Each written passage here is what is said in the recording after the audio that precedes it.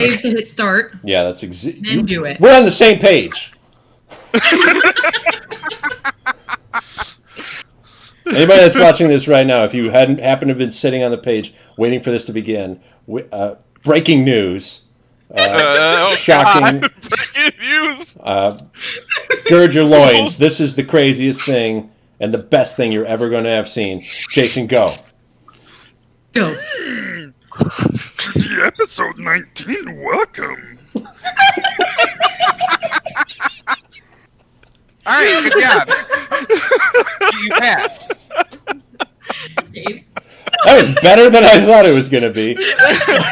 Yeah, totally. Oh my god! You can parlay That's just that. what we needed. That's Frank Oz. You can parlay that. The guy that did that voice does the voice of Miss Piggy, so I think you can eventually God. get your way there. Wow, really? That's not actually surprising once you hear the voices next to each other.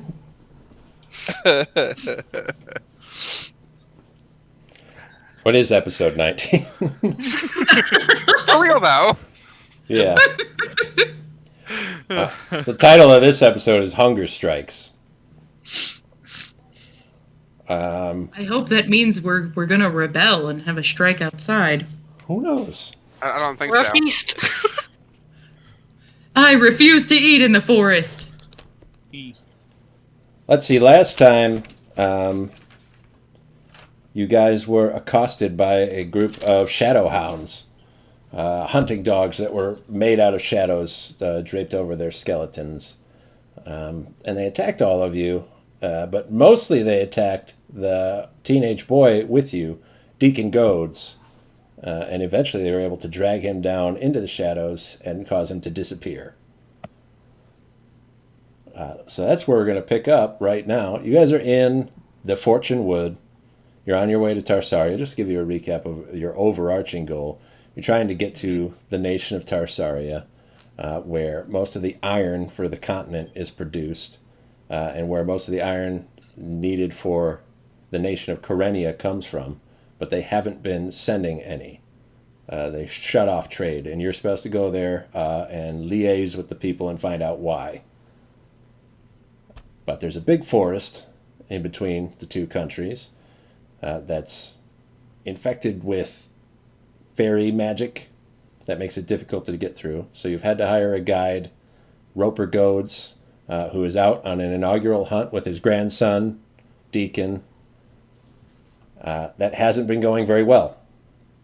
You did kill a magical deer. I don't remember exactly who shot the killing blow, but a lot of people got their hands in on that, so nobody's clean. And you have since found one of your compatriots, an Amni gentleman named Coffin, has died. Half of him has been removed, which you might suspect would be the cause of his death. It's linked. That's part of it. And the longer that you've been in the forest, the darker it's become, and the colder it's gotten, and the less interesting and engaging the magic has been, and the more you've seen this sort of black ice moss growing on all the trees in the ground and the little shrubs and plants around you. Not to mention that last time you all had disturbing visions of things that are related to your past or your future, possibly things that are occurring right now that were not ideally what you would want to happen. Where we'll pick up is right after Deacon's disappeared. Mater, his mother, is very distraught. She's freaking out.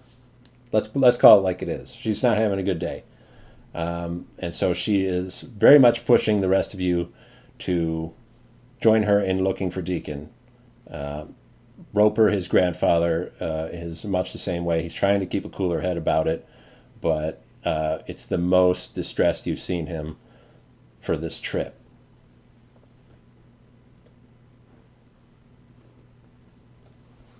Can I make a either survival or perception check, something to see if I can tell any way that the kid might have gone?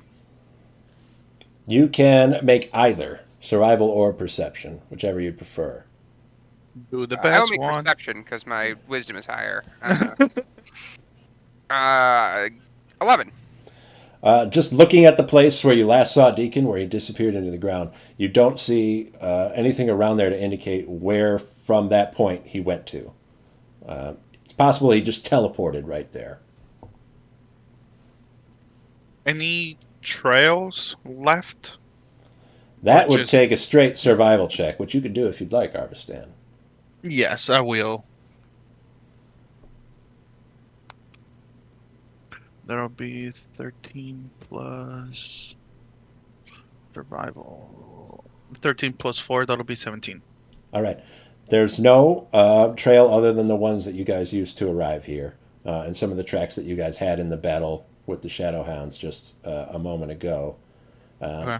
The one thing that you'll notice is the most striking is that there are no tracks for those hounds. They didn't leave any impressions in the ground where they were. Do we hear Nothing anything at all. other than that scream? The scream, crying that turned into the shrieking of a bull elk, which I forgot to Yeah, that mention. No, it's very quiet. Now the most thing you would be hearing is sort of shouting of Mater, yelling at her father Roper about how Deacon is gone. We need to get moving. We need to find him now. They're trying to quickly formulate a plan of what to do going forward. Your main goal of getting to Tarsaria seems to have been put on the back burner as far back as possible. Yeah. At this point, it's not a possibility. So would anyone be able to detect magic or something? Like maybe perhaps it's still around, or if there's a trail. I'm not really sure. Yeah, a trail to follow. I With will cast magic. Detect Magic and see if there's a trail I can follow. Since we already saw like what type of kind of weird magic this is, if we can like distinguish it. So, like most of the other times that you've cast Detect Magic in this part of the forest, you'll find that you're surrounded by it. There's sort of dark, shadowy magic that's overtaken the kind of playful fairy magic that was here before. At the spot where Deacon disappeared, you'll feel it very strongly. You don't necessarily get an indication of the direction it moved from there. It seems that it has teleported. But as long as you have the spell active and you're concentrating on it, you think that you'd be able to detect another spot like this. If this happened somewhere else, as soon as you get close enough, you'll be able to notice where that was.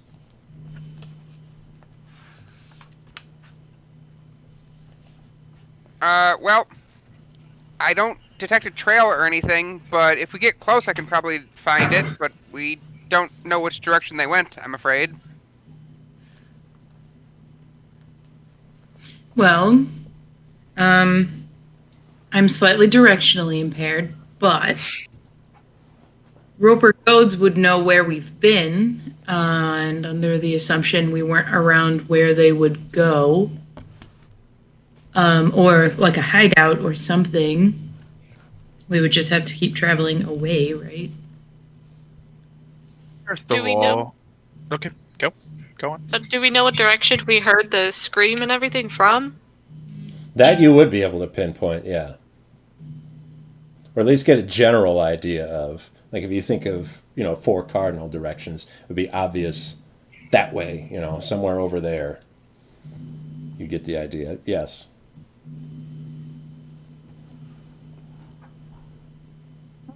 The ball and I turned to Goats Guy.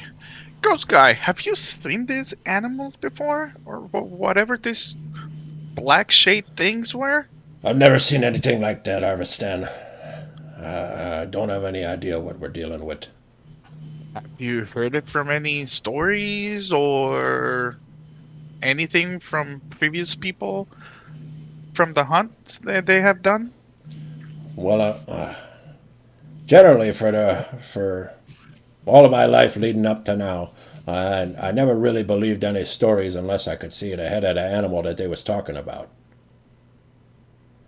If Okay. they don't bring back what it is that they're saying, it's probably made up. So, do you recall anything that you thought it was made up talking about this weird things? Well, the only thing I could tell you is that that story that I told you the other night, I wasn't the one that told it first. A few other hunters would tell that one from time to time. Sometimes they'd use different names over the years to talk about different folks.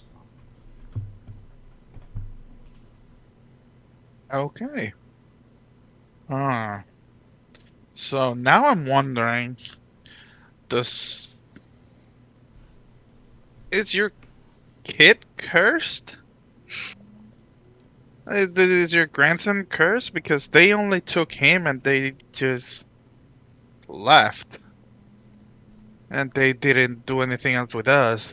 Like, did something has something happened to I, him I don't know previously? anything about Deacon being cursed, but what I can tell you is that I don't think it matters, at least not to me.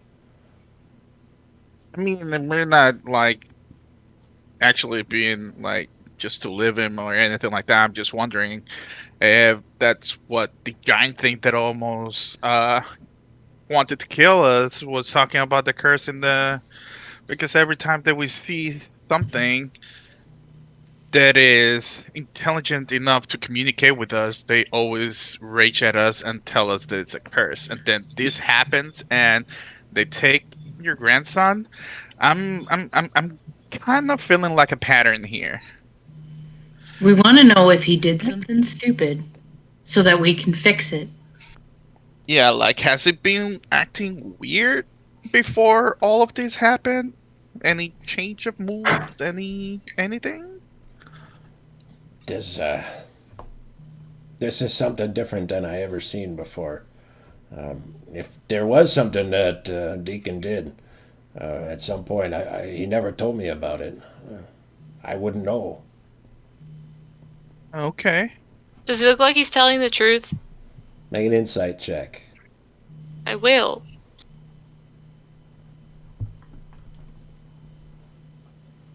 6. You don't know. Can't tell for sure. Turn around and ask Mater, what about you? Has he been acting weird? Have you noticed something different on him? Do you really think it'll help if I tell you something like this? I can't think straight right now. All right, what No, is it, I'm sorry. Mater? I'm sorry. But it might help us in something. Like we're trying to figure things out so we can find him and actually find a solution to all of this. The only thing I could think, and I'm not really even sure if this is anything, but I don't think that Deacon really wanted to be a hunter. It didn't really take to it very well. He's not a great shot, and it just sort of been the family business. And you kind of can tell from a real early age if the kids are really excited about continuing down with the lineage. I just never really got it out of him. Okay, and has he told Coach Guy over there about it? Well, he hasn't even told me about it. I just know my boy. Okay, okay. That's all you think could possibly be going on? Is this really what we should be asking right now? This kid's got We're- grabbed. Yeah, I mean we're trying to figure out because I mean you saw those gigantic deers told us about a curse and started attacking us. Then the giant Sasquatch thingy told us to get the hell out of the woods because of a curse and everything. Now this happens and now like they take the kid. I mean I'm just seeing a pattern here. Of Yeah, but does it something matter if weird he's happening. cursed or not if we don't get him back? No, it's not at all. But we can just try to figure out what we're dealing with. Maybe. Well, if Or we a could hint. solve what the problem is, wouldn't they potentially give him back? Exactly. What do you guys Look know at about you. curses, anyhow? I look at Ravi. That's his department, not mine. Sorry. And look at you, Hashite, with me, like agreeing with what I'm saying. Oh, you're so cute. Yep. I know that there is a lot of strangeness in the world. There have been recent undead attacks in several cities and small villages, and they've kind of been roaming the countryside. This could all be connected, but I don't know. Uh, but as time is short, I think our best course of action is to head deeper into the cursed forest. Those beasts probably took him somewhere in there, and as long as I have a detect magic up, there's a chance that if we get close, I could ping the location. Yeah, do we think that scream is a clue or a trap? Both. I vote it doesn't really matter if something's over there. Yeah. Oh, this is gonna sound weird, but I agree with her. Might as well walk into a trap. We have a couple ways to prevent us tripping them, right? Then let's go. You'll hear another voice chime in. The only one that hasn't really been piping up so much lately.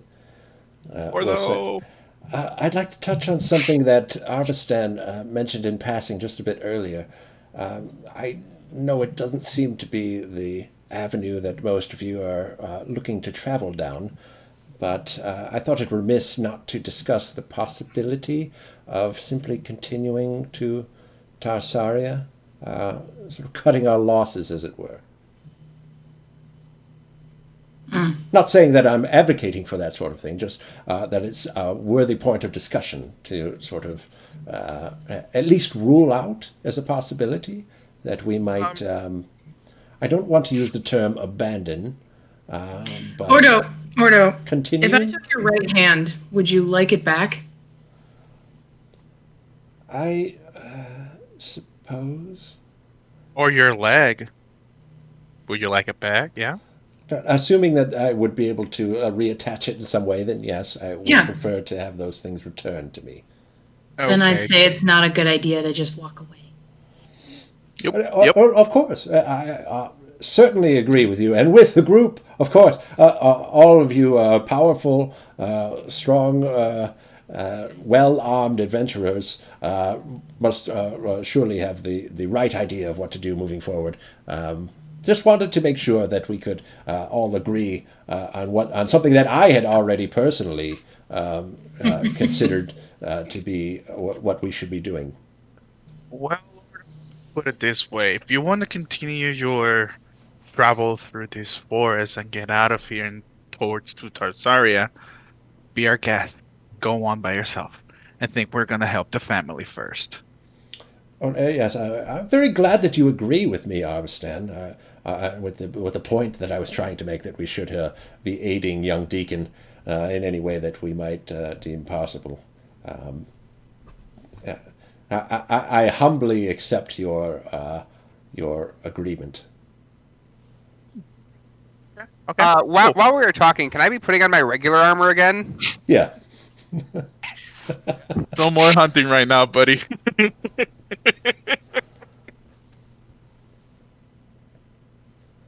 can take a minute and do that. Let's have. Who is our most? Back to the metal maracas. Let's see. Our most wandering eyes, I think, are in the head of Kriv.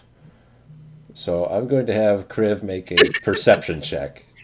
Oh no! All right. Yeah, Ooh. they usually look at everything and trying I'm to good at figure these. out everything. Come on, Kriv, roll high. Come on. 22. Fox. That is high, yeah. Ooh. Kriv, as you sort of just looking around while all this is happening, you're noticing, first off, that the forest is getting darker. It's like the dark of night that doesn't have the moon or the stars to help light it. And while that's happening, you're also seeing, if you look at a spot on the ground very close to where you are, that black moss, that's sort of like crystalline ice that you've seen growing on all the trees and on the ground around you. As you look at it now, you can visibly see it growing in front of you, spreading across the ground very slowly, but where you'd expect it to always be growing and not be perceptible to your understanding of time. You could see it happening as you watch it. Hey guys, I think the time for debating's over. It's now or never. Oh, what do you- Onward. I'd like to check in on my flower really quick. How's that? The meat flower, Yeah, the meat flower. it's behaving in much the way that you would expect a normal flower to do that you've picked. It wasn't that long ago, so it still looks pretty similar to how it did when you plucked it out of the ground. Feel Cool. blood dripping out of it? Well, I just didn't want like all the blood fell out and it died. Surprise. No, it still drips, but it doesn't seem to be negatively impacting the flower in any way. Cool. All right, let's go. Okay. Roper knows the way to Tarsaria. He thinks he does. The forest is a little different than usual, and he doesn't know any other safe path to move forward.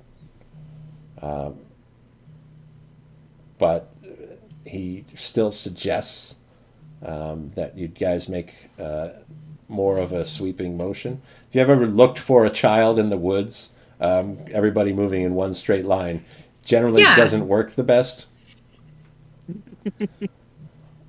So the Goads family is going to tacitly suggest splitting up. I don't think that's a good idea.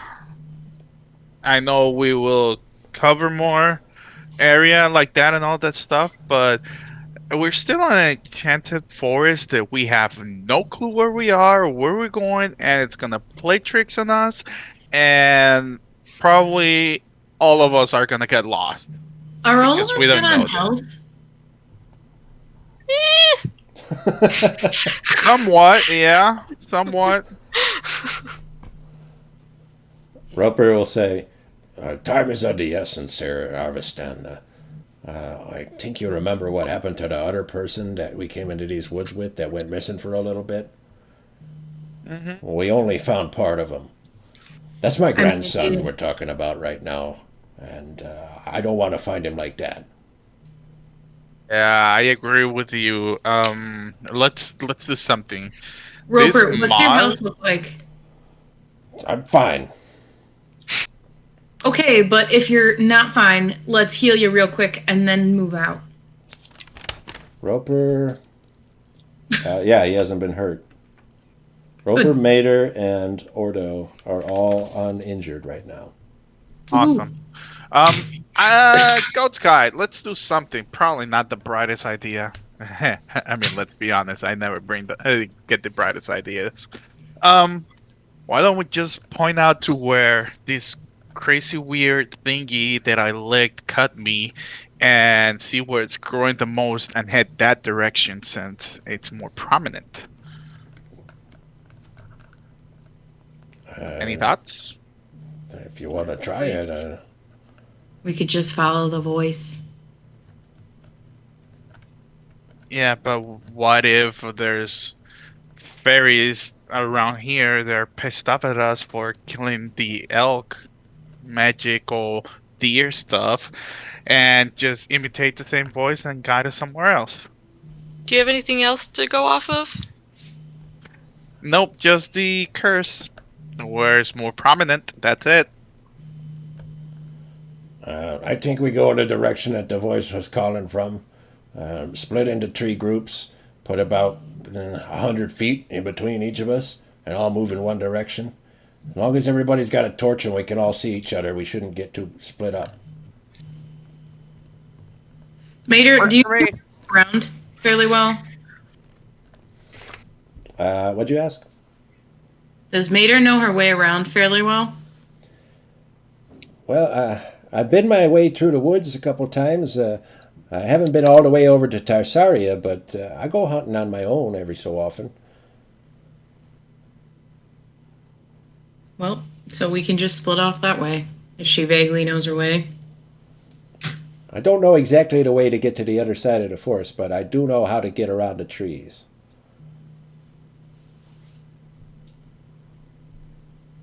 3 groups then.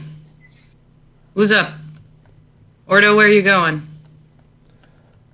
I think I'll be sticking with Mr. Goads. If it's all the same to the rest of you, of course. All right, I'll take Mater.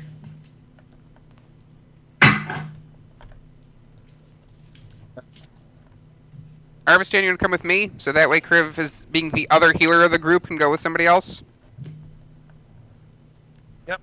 Yep, I'm okay with that. I was about to ask who wants to go with me. Hey, Crib, you want to go with Ordo and Roper? Why not? At least you got Roper this time. That's true. Yeah, he's fine. He's better than Ordo. I'm more hurt than either of them, so.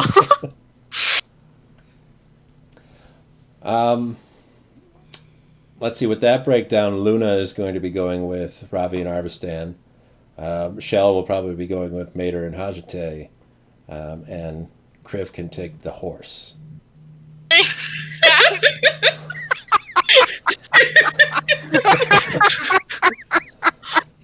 You got the horse. The horse, to be clear, that also has a corpse on it. Right. Yeah. You can always put Order on it, too. You might as well just pack all the useless in one go. I might get a better vantage point from horseback. I knew it.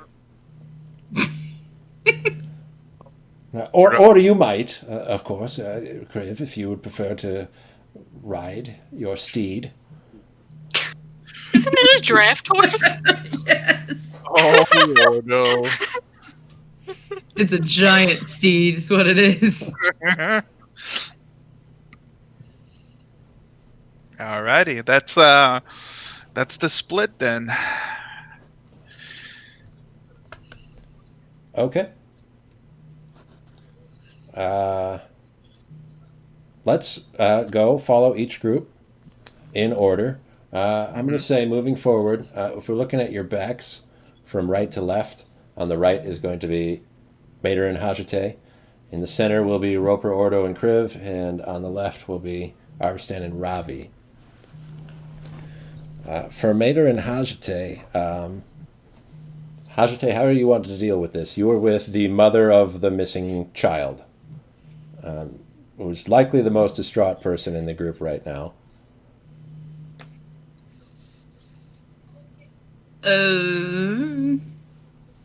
What do you mean, like standing in front of her, or? Just is there any way that you would approach this before anything even happens, knowing that it's her son that's missing, or would you just go with her? Well, I mean, I'm sure it would be, at the very least, words of encouragement. We've been, none of us are dead, so I would say 100% successful. Okay, yeah. So far, well, one of you died, but Yeah. it's not one of us. I was talking about us. Like, we're all together. We've been on a lot of adventures. I don't know about that guy or how strong he is. I didn't know him very well, and it's sad. But as far as our little mini group, we're highly successful. We usually know what we're doing. Sorry we lost that guy, but I'm just saying he left the group of his own accord, probably.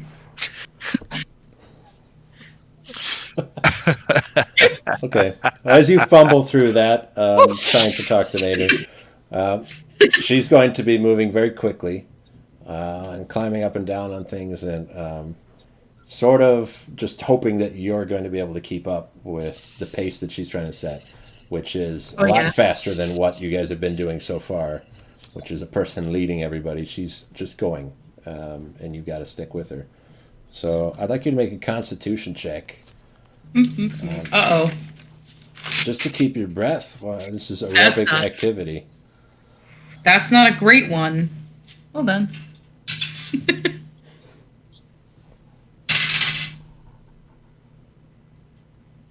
Oh, 22. All right. Nice. Yeah. You might hit a wall for a second, but you quickly will catch a second wind and be able to keep up with Mater. You don't have to track your way through as long as you're just following her. So you just keep on her trail. She's going to have you carry a light source. So if you have a torch or any other something different, I do than have a that, torch. it's going to be you holding it while she leads ahead of you. You guys will be moving quickly. The next group is Kriv with Ordo, Roper, and Ghost. Let's see. I have written here that this will happen. Did you know what groups we would slip into? Like, be honest. Not which ones you guys would do, but what would happen with the NPCs. I am aware. Oh, Oh, too bad. that's not encouraging, Dave. I was really hoping you'd have like, this is the layout I guessed, and you guys are really predictable. Kriv, because this is your horse, I'm going to be guessing that you're holding the reins of Ghost while you guys are moving forward. It's not my horse, but yes. It's more yours than it is Ordo's or Roper's, at Yeah, least. yeah. You're going to feel them pull backwards. Pull against you. And if you turn around to look, Ghost is getting spooked. Sort of rearing up, kicking, whinnying, or neighing. Whatever the word is for the noise that horses make when they're scared. Okay. Pulling very tight on the reins and trying to break free from you.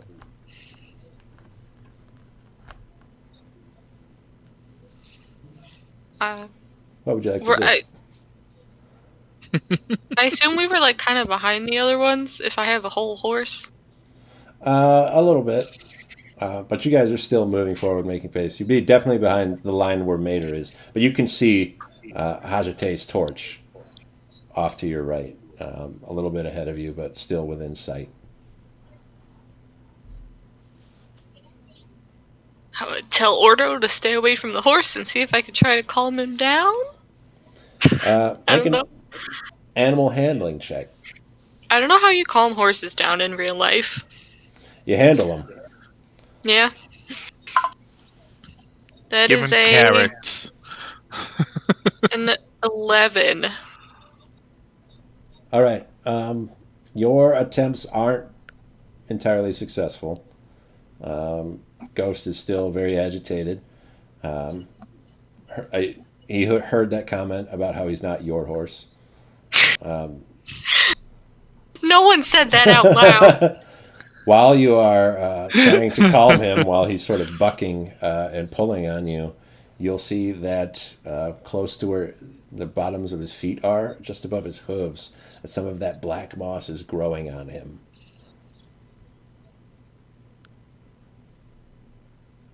Can I try?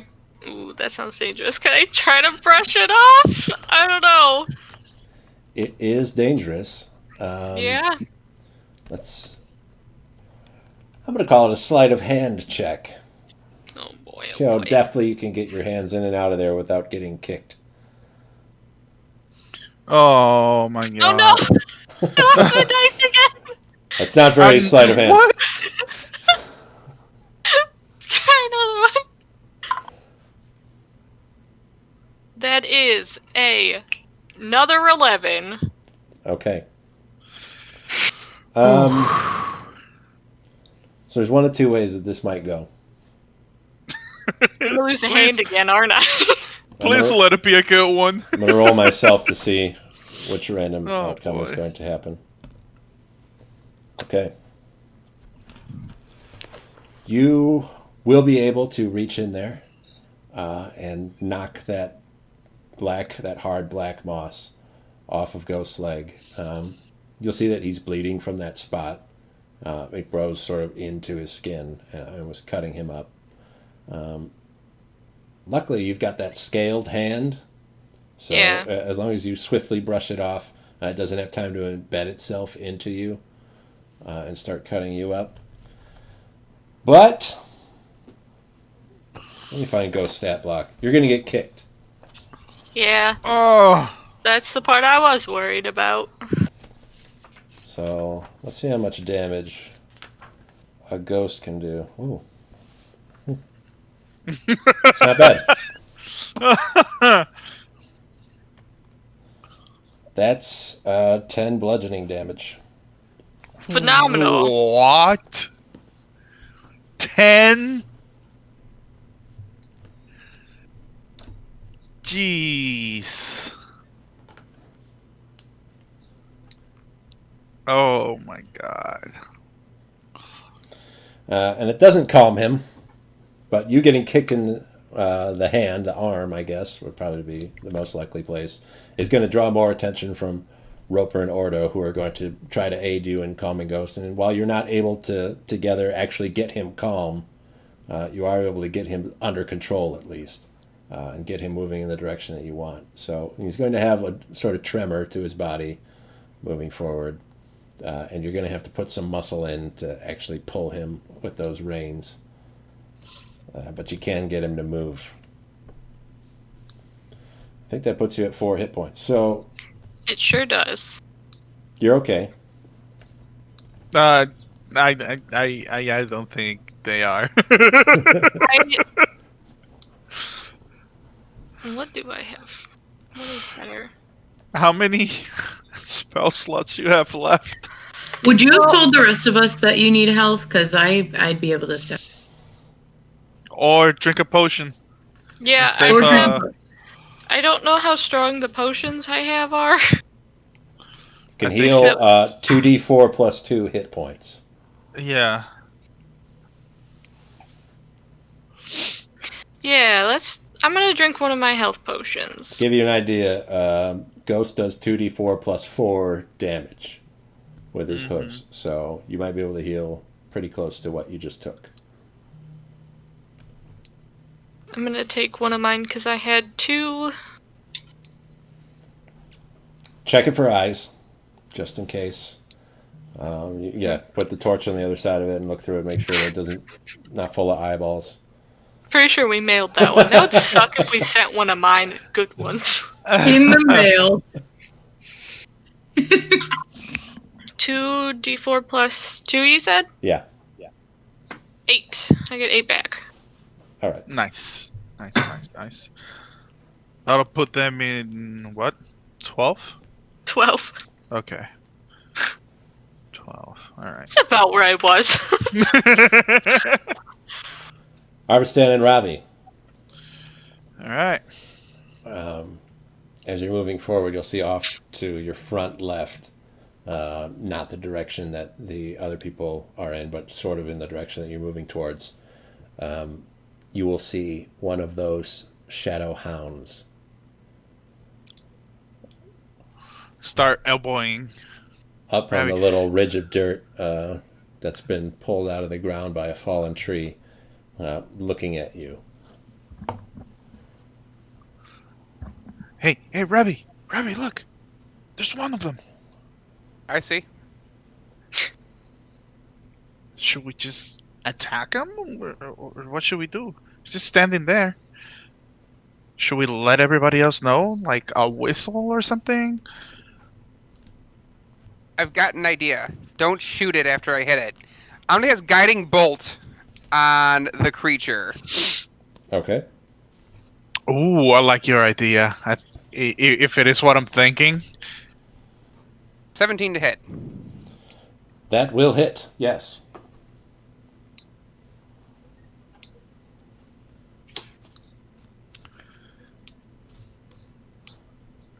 And it's lit up in light, right? 11 damage. When Ravi casts the guiding bolt, you see this bolt of light go flying out to the shadowhound creature.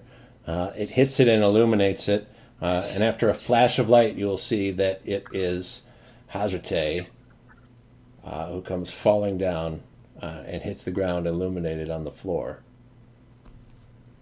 I will rush over to Hazote. Oof. I'm so Wow. sorry. I'm so sorry. I'm so sorry. Okay. You were a evil angry dog. You You- were and a dog. and I'm sorry. You reach Well- to touch her, your hand will go right through, and there's nothing there.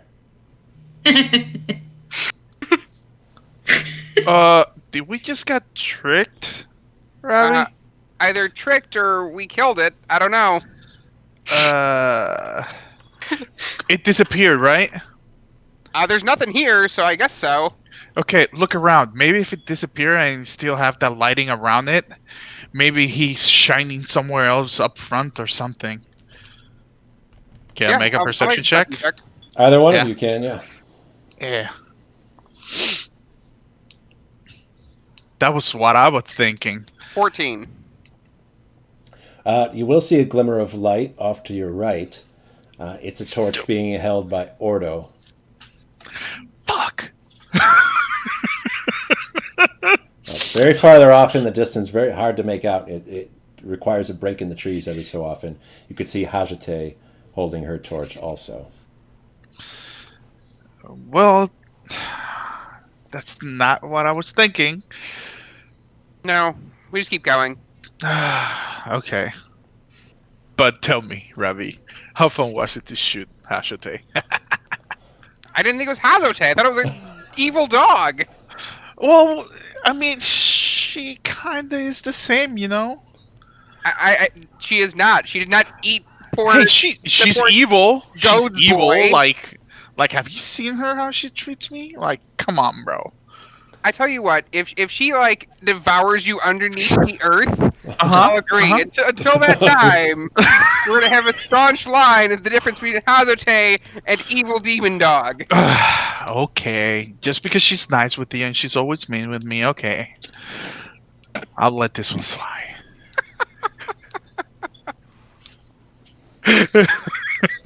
All right.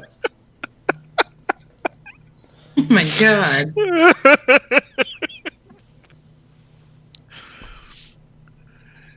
Everyone will move forward. You guys are being very careful to stay within that line of sight that everybody can see the torch next to them at the very least, so you don't get too far separated.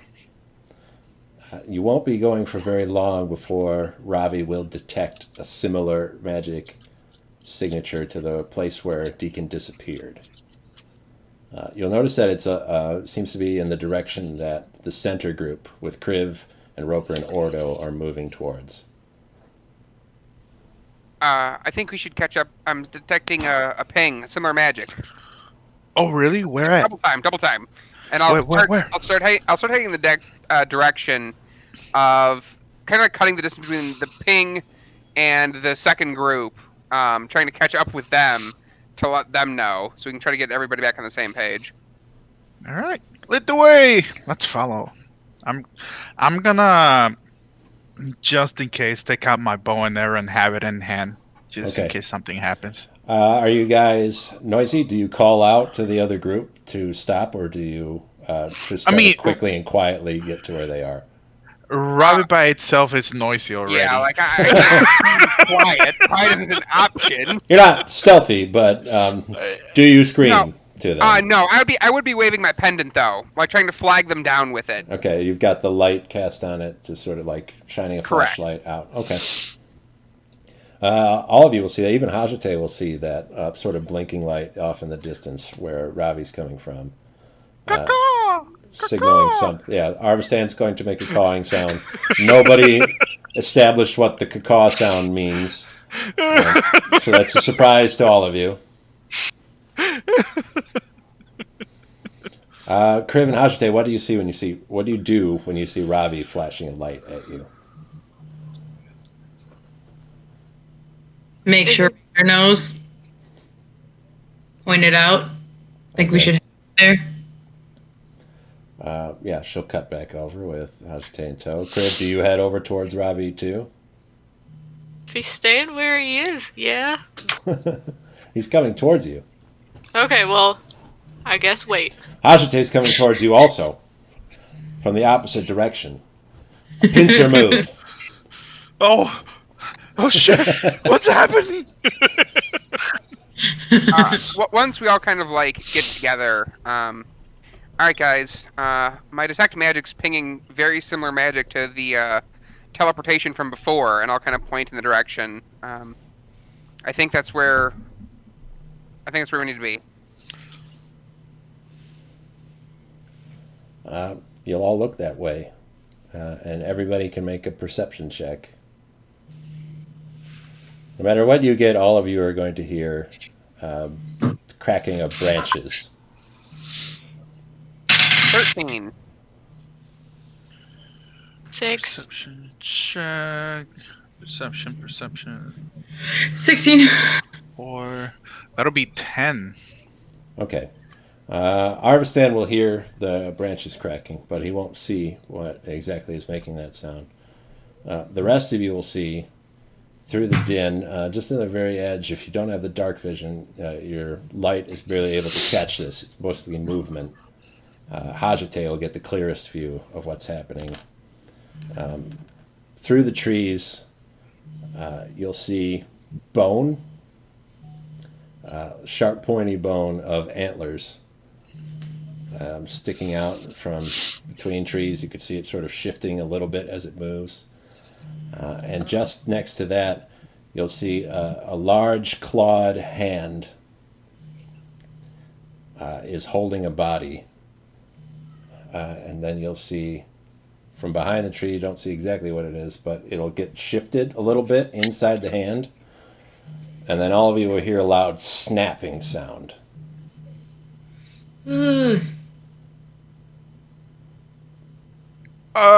Did anybody else heard that? And then the hand with the body disappears. And you hear more crunching of branches and twigs.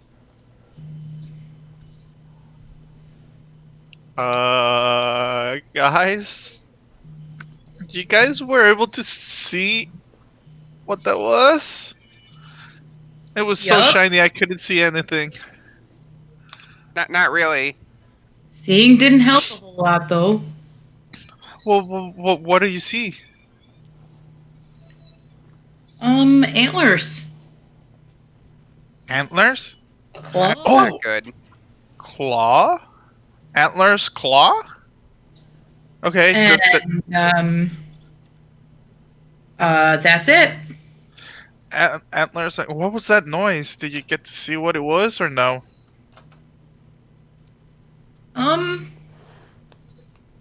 I think I'm gonna whisper to him.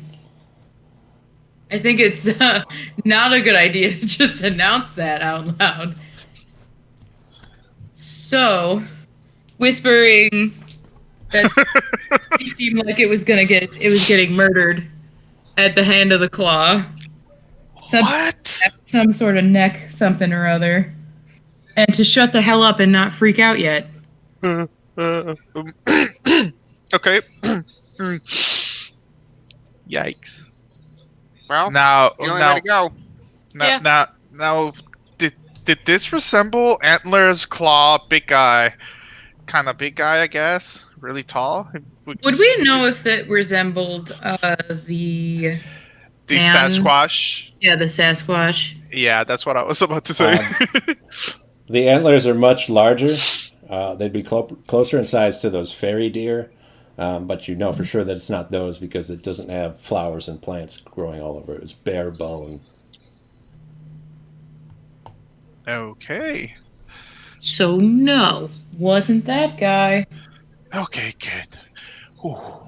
So that means. But we have a place to be now, so let's start heading that way. Yeah. Let's move. Go. You Nothing guys happened. head toward that thing. Okay. Yeah. Quietly.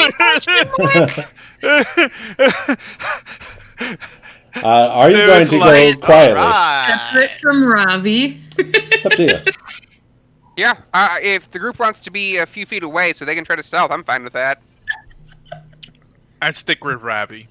I'm going with them. I feel safe around him. He'll take the hit for me. Wow. Wow. We can stealth jump and protect him. I'm just saying. If you guys are going sneaky, I need a stealth check from everybody. I'm I going will with be Robbie. away from the So people stealthing. Okay. yeah, I'm Probably going with 20 Robbie. Yeah, So 25, there's 30 no feet to the side. there's no stealthing with me either. I'm going with Robbie, like Okay. a couple of steps behind him. You are a ranger. You ought to be stealthy. Hey, I'm with I you, already buddy. took that job. How I sneaky rolled is You did, an you did. 18 to an unnatural 20. perfect. I had a 19 to an unnatural 20. Perfect. Okay. Remember, I'm not your typical ranger to Like- your unnatural 20. The shadows. We're clearly the superior half of this group right now. That's 10. Of course, our stealthiest people in the group are our bard, who sings, makes noise, Yep. and the druid. The shiny Not druid. necessarily unstealthy, but Very Storm's shiny. a shiny druid, because storms are also very stealthy. yeah, storms. Probably the ones dragging the animals, so extremely stealthy with a giant horse. And a bird that probably ain't the quietest. Don't But you it's just fine. love it? Ravi and Arvistan are going to advance on their own. As you Still guys have are, my bow and arrow on hand, though. as you're moving forward, Roper and Mater will audibly sniff the air. Just take a big whiff, and then they smell something familiar enough to them that they both take off running, sort of off to the right of the direction that you guys are heading in.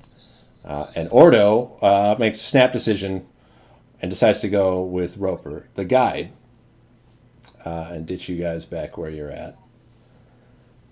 As you get closer, you'll see what it is you're dealing with. I think I have a little clip here. Might give you Clip a slight time. idea. So, Animated film. not as good as the last ones, but this is what you see.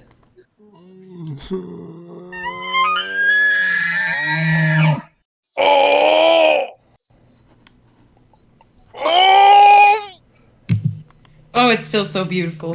So let's set up. That was great! To give you an idea of the section you're looking with, I didn't know exactly how you guys would approach, so let's shift you into the positions that you should be in. Ravi's going to come right up on the left side up front with Arvistan. Luna probably very close by with you.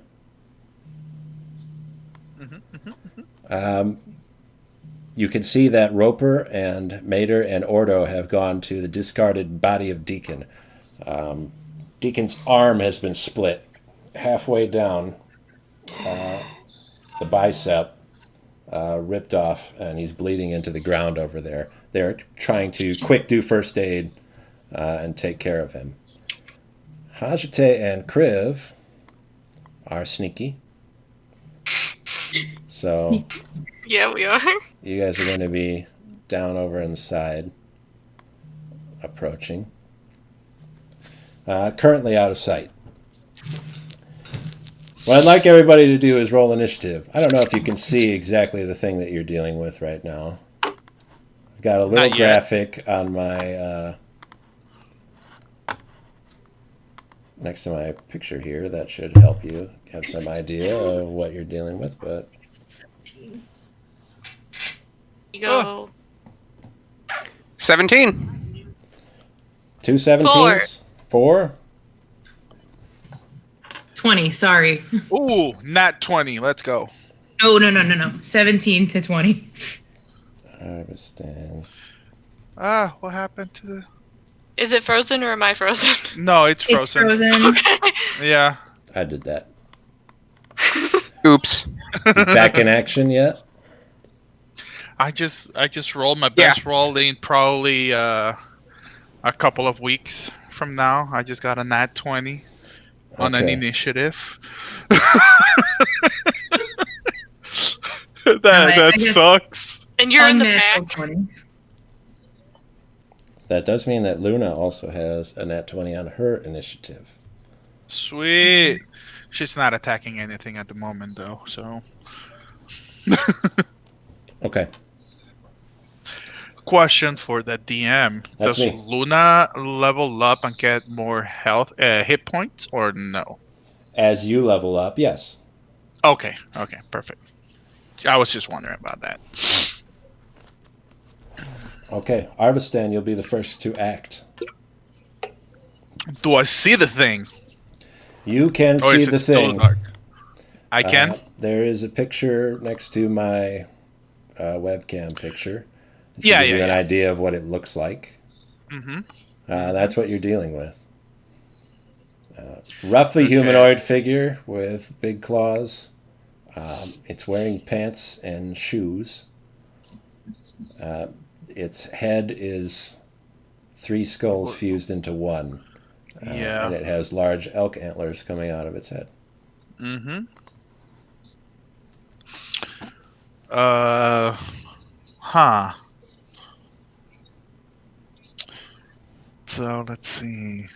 That's humanoid. What is? Oh, looking at the picture, what is the red thing like on its face next to the skull?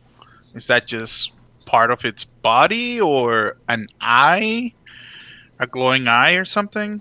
That is the shelf behind me. Oh. Okay, makes sense. I thought it looked like a glowing eye or something, part of the drawing. All right, cool. Okay, I mean, I'm rolling for hit. I'm I'm less than 150 yards away from it, right? This Oh yeah, is I am. about 30 feet away. Okay, awesome. I roll a 19 on hit. 19 will hit. Sweet. Thank you, +8 on Lumbo, because I rolled an 11. And oh shit, no. Run dices. 4 damage. So D8. Alright, here we go. D8 plus 4. That'll be, let's go, 12 damage. Okay. You'll shoot the arrow at this creature. You'll hit it in between the ribs. Very visible because its ribs are sticking out. The skin's pulled very taut, so you can see each and every part of the rib cage. When you hit it there and the arrow sticks inside, a lot like the shadow hounds that you found earlier, you'll see that the darkness is adding strength to this creature. And with the arrow shaft stuck in there, you'll see it moan a little bit and duck down, put one hand close to that. And then some of that little black crystalline moss will grow up next to the arrow and grow into it and snap it off. And you'll see that side of it clatter to the ground. Ooh. Hey, Rabbit, did you see that? Do you see what happened to that arrow? The moss is coming from him. Sure And- is. I got an idea. Shoot him with everything you got and light him up so the darkness doesn't heal him. And that'll be my round, and Luna stays there. Luna's not going to do anything? Nope. She's not gonna get black mossy things on her. Nope. Are you going to move? I am. Those are trunks, right? Yeah. Yeah. Can I move behind that trunk? Like here? A little bit upper. Just Yes. Squeeze in there. Yeah. There. Okay. And Luna stay where she is? And Luna stays with Ravi at the moment. Yes. Okay. So he can get attack advantage. All right. Then on the creature's turn, which is next, it's going to rush towards you, Arvistan, Oh! and take a swipe at you with its big clawed hand. And he misses. That And is misses. going to be a miss, yes. Yeah. Oh. Whew. Okay. Robbie, help me! And it will be Hajate's turn.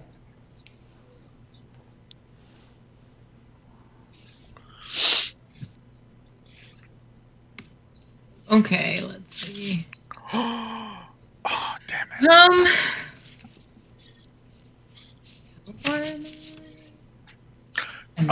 Another question not for a DM while she's thinking. Um, is there a possibility on climbing the trees?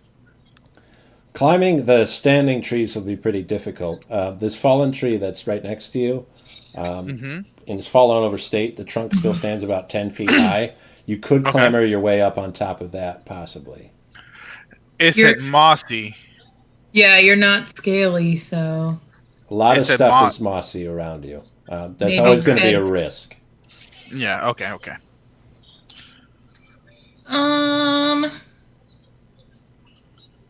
All right. So I'd like to cast Vicious Mockery and see how it affects him.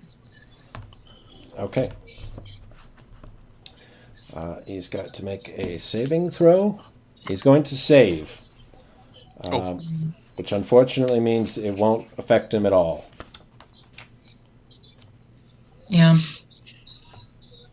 All right. I would like to circle behind him, assuming he's facing the direction he's drawn. He's currently facing towards Arvistan. Arvistan. Oh, then I'm in a great spot. Never mind. Are you happy Yep. with where you are? Do you want to move anywhere? No, I'm good. I'll stay right there. Okay. We'll go to Ravi then. I'm going to get behind the creature as if I was flanking it with Arvistan. Sure. With Freyr's light, I will cleanse this land, and I'm gonna try to smite it. Gonna smack it real good. Okay. 17. That will hit. Yes. 4 damage. All right. You can see the darkness is still aiding the creature. So when you strike it, that wound will slowly close over with that black, icy moss. Can I make a check of some kind to deduce if the black moss is healing the creature? Ooh. Make an insight check. 15. The moss itself is not healing the creature. You think that your strikes are hurting it, but that it is causing the damage to be lessened when you do so.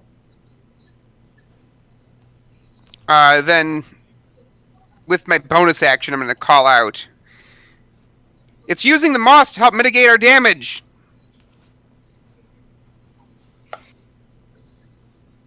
All right. Anything else from Ravi?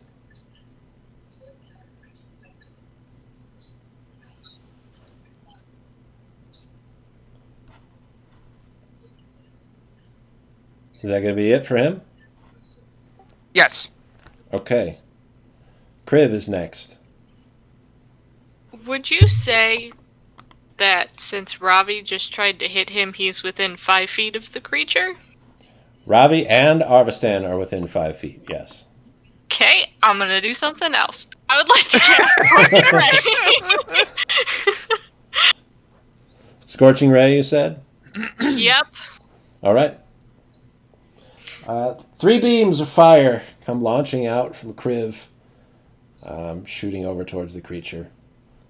Make 3 spell attack rolls. 18. Okay, so we know it'll get hit at least once. Oh wait, I'm supposed to be adding my spell thing, aren't I? Yep. Okay, so technically that was a 20. This one's an 11 The 11 and will not hit. 14. Okay, so only the first one will successfully strike the creature. Go ahead and roll your fire damage. 14 doesn't hit. 14 Damn. doesn't hit. At least I have super cool die that's literally the creature we're fighting. It's not gonna show up, so I'm gonna use that in my Bigfoot one. Hey. That is 9 damage. Okay.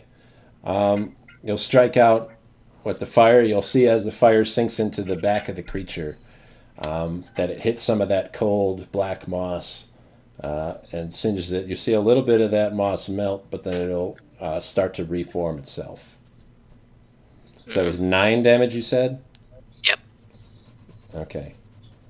And mechanically speaking, all of these hits have done half damage to this monster.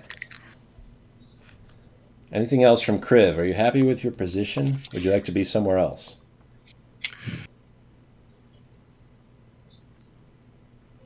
Good question. I'm gonna say right now that I'm fine where I'm at. Okay. Then let's go back to Arvistan. You're kind of cornered.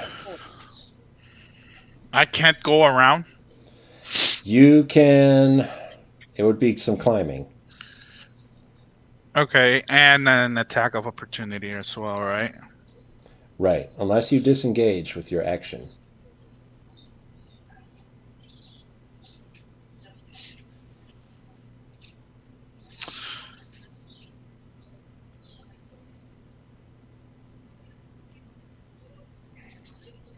I am.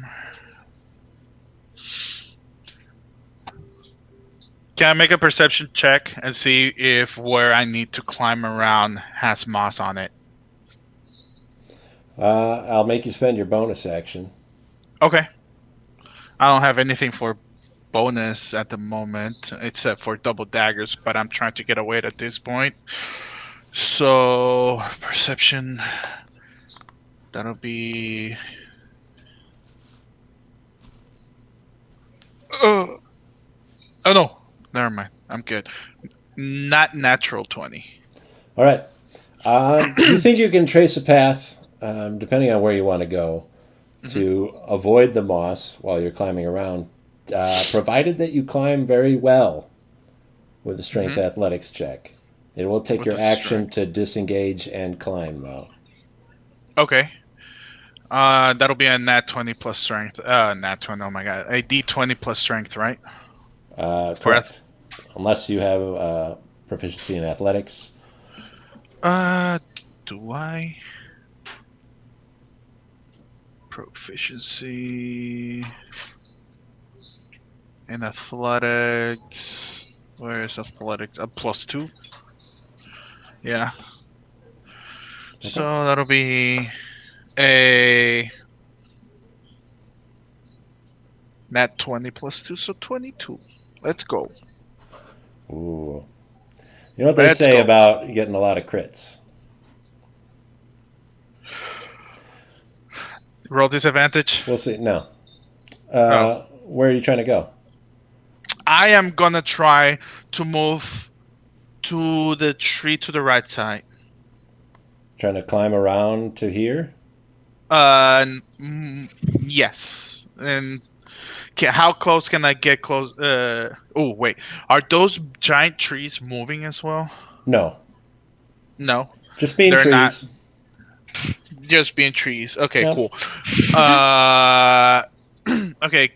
So how many spaces did I did there? That's like 15 already? It's difficult terrain to get over these roots.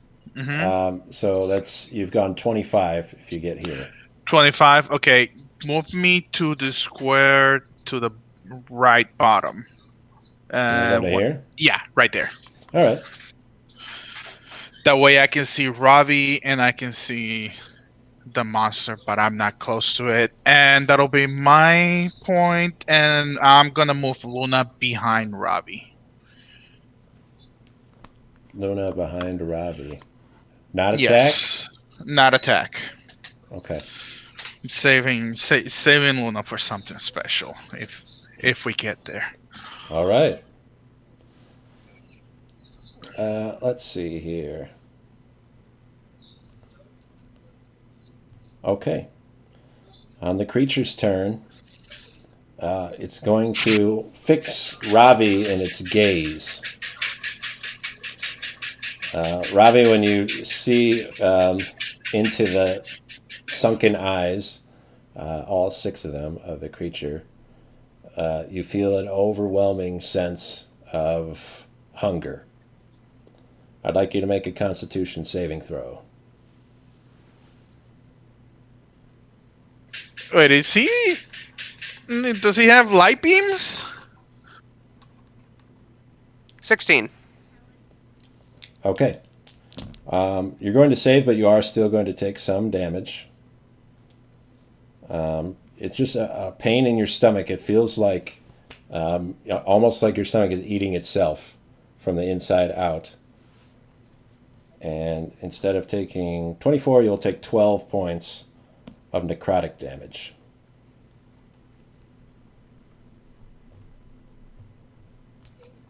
With him saving, he still took 12 damage? Correct. Oh, lordy. What the fuck? And you'll feel, when you feel that sense of hunger overcome you and sort of tear your body inside out, when you're looking into the creature, you think that it kind of feels that too. And you hear it moan out like a starving animal. And it's Hajate's turn. What the fuck? All right, I got a quick question. Yeah. Would I be able to shove someone out of the way? Potentially. Depends on who you're trying to shove. I would like to attack and shove Ravi.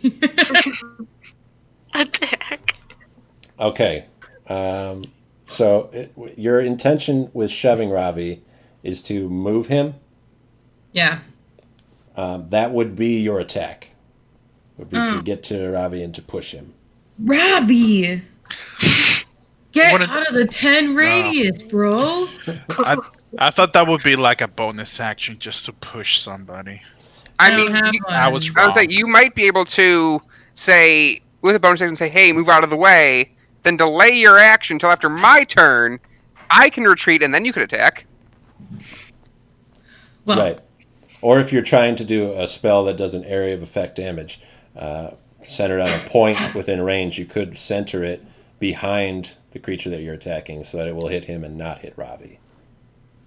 okay, it's 10. 10 feet? Yeah. All right, that's 2 squares. So as long as you center it, if it's within range just behind the creature, you can hit it and not hit Ravi. Okay, and Shatter doesn't go like straight through him, like I'm probably gonna have to move. Shatter's got a pretty long range, I think 120 feet. Yeah. You just cast the spell to erupt, 60 feet. Just cast the spell to erupt behind him. You could target that fallen tree, and it will blast out and hit the creature from there and not go so far as to hit Ravi and Luna. Dope.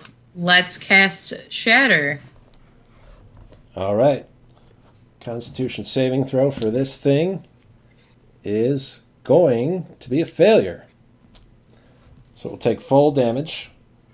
3d8 thunder damage. You see Hajate cast a spell. Target this fallen tree that's behind the creature, and this loud ringing sound will erupt from it. It'll blast off some of that black moss growing on that fallen trunk, and it'll hit this creature from behind. You'll see little shards of that go flying up in the air, and it'll lurch forward and let out a whimpering cry when it gets hit.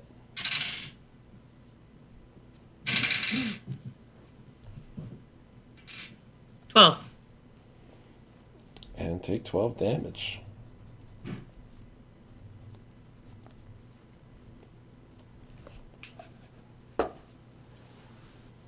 And you'll see from that, the moss has a lot harder time trying to reform on the creature, but start to try to grow out. It crawls out from underneath the skull and its bones. You can see little pieces growing out from its rope belt, trying to reconstitute it.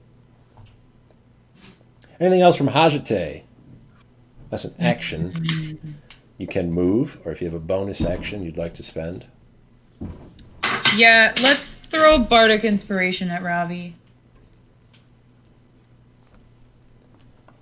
All right. Still happy with where you're at? I'd like to move to the right. All right, how far? Yeah, kind of at a circle radius. Yep, that's good. Okay. Here. At this point, does the monster already saw everybody, or are they still hidden? They know. Okay. The monster knows about Hajite casting a big spell and blasting it in the back. What about Kriv? Hajite was standing right next to Kriv. Yeah. Also, Kriv shot out 3 rays of Yeah, fire. the bolts. That's right. Pretty obvious giveaway. It's Robbie's turn. Freyr, I don't want to go down again. I'm gonna heal myself. Okay. I will use a level 2 version of Cure Wounds. Ooh, ah. I heal 19. All right. Upon sight of another person recovering their health, you'll hear a gurgle from the pit of the monster's gut, and you'll see a sort of oily drool drop out of its jaws. Oh, it likes you. Is this Sure thing does. connected to Ravi now? Who knows? What else from Ravi? Nothing. Gonna stand there and pray to get whacked again. Okay. Bud. Kriv's turn next. Okay. I would like to, for funsies, cast Fairy Fire on the creature. Okay. So it can't go disappear, hopefully, if it doesn't pass. And then also, attack rolls get advantage. So it's a 20-foot cube. I don't want to include Robbie, because I don't want advantage on him getting hit. I appreciate that. So this will require a dexterity saving throw on the part of the creature. You could target it a lot like Hajite just did, just past him, so Yes. that he'll be within the cube, but nothing else will. Unfortunately, he's going to save on that. Darn it. But it will light up objects around him, so that tree that he's standing next to and the fallen one also will light up. What color would you like them to be? Let's go with green, like it's supposed to, kind of. Okay. The spirit of it. You'll see that makes the creature uncomfortable. Awesome. It'll sort of haunch down. You'll see its neck bulge up and its head lower down. And it whines a little bit. Anything else from you, Kriv?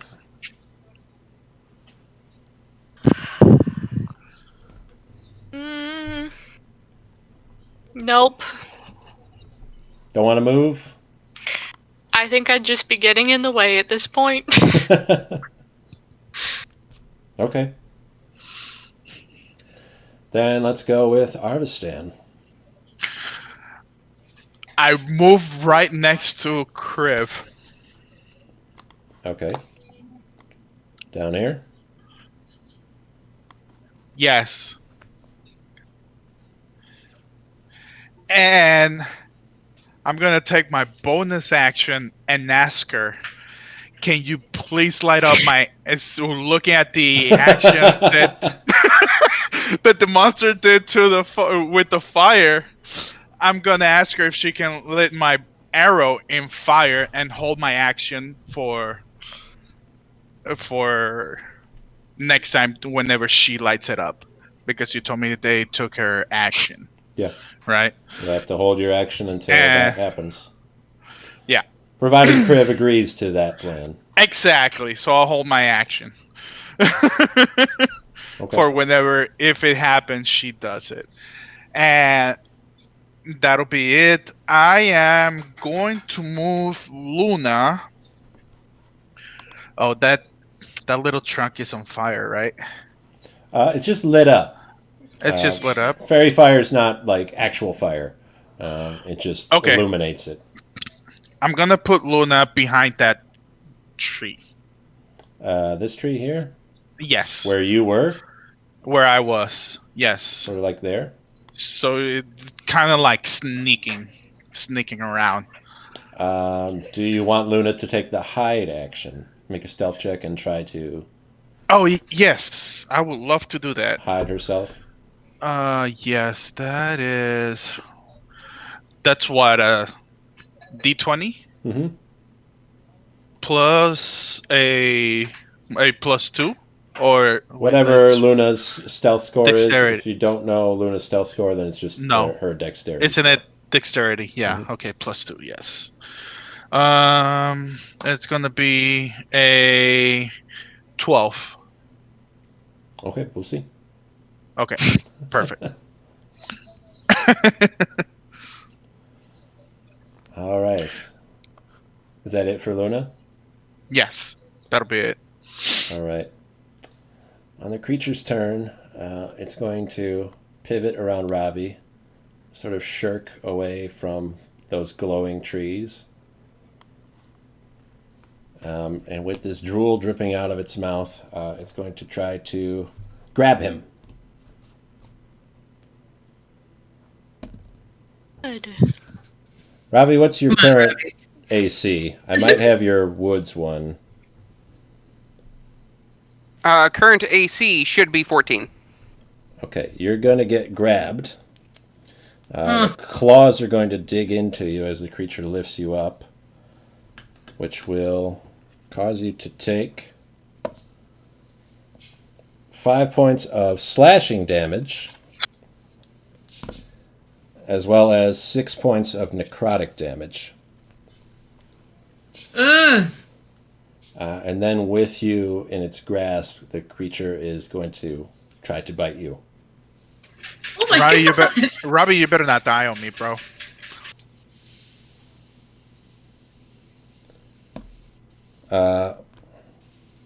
Sorry, that's a crit. Oh my god. Well, I'm unconscious. How much damage did you take already, did I just say? 11. 11, so, okay, so he's at 19. I'm just hoping he doesn't die outright right now. Oh man. You need So- some ranged attacks, bud. I do, but we haven't rested, so I'm completely out of spells almost. You'll take You need to summon that sword, bro. that 4 doubled makes 8 points of piercing damage. And 14 points of necrotic damage. Oh yeah, he's out. Robbie is out. But are you dead? No. He's not Not dead, dead. so... Okay. Success! So what's dead? Is it double? Double your It's health? negative my con mod, yeah. Okay. Or my COD score, excuse me. Mm-hmm. Yeah, so Good thing I use that second level heal. when Ravi drops, the creature will just drop him on the floor. He doesn't deal with the limp. He should have played dead. Hajate's turn. All right.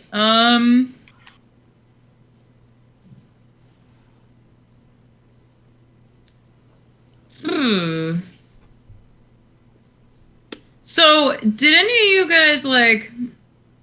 No, I think it would only been an arrow, and arrows don't have metal in them. That's too bad. Unless they do have a metal arrowhead. But considering you guys had to stock yourselves in the city of Karenia and in various villages since then, and there's a shortage of iron, you probably wouldn't be able Yeah. to get arrows with metal arrowheads. Yeah. Yeah. sadly. What about a bolt? Would a bolt have metal in it? You would know that Deacon, when he was showing off his repeating crossbow, he showed that he had bolts with silver arrowheads. Yep. Right. Okay. So what are they doing over there? Trying to save his life currently. I guess if you need that many people to do it. All right. So I'm gonna have to cast. We'll get rid of it. All right. Let's just go for Shatter again. All right. Another Constitution saving throw. This is another failure. Dope.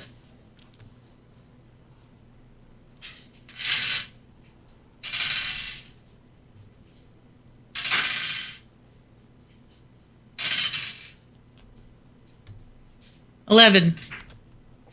All right. So another shatter spell ruptures out.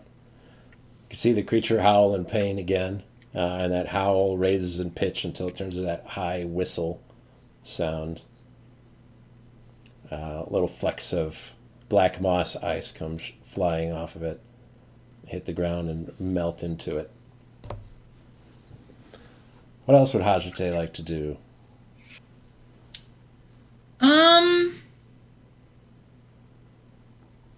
Okay, so I can use Bardic Inspiration multiple times at this point. I only used it once. Mm-hmm. Be able to like stack on someone? Potentially. Unfortunately, currently, Ravi won't be able to use it until he wakes up again. Gotcha. All right. Actually, Well, I'm not sure if it can Ravi, stack. He might be able to if have I two woke- at the same time, but not be able to use them both at once. Yeah, of course. Mm-hmm. Well, I don't recommend myself walking up there. I'd probably die. All right, let's get closer. All right. I'm rubbing off on you. How much? Not a lot closer. Let's say even with the tree Luna's hiding behind. Yeah. About there?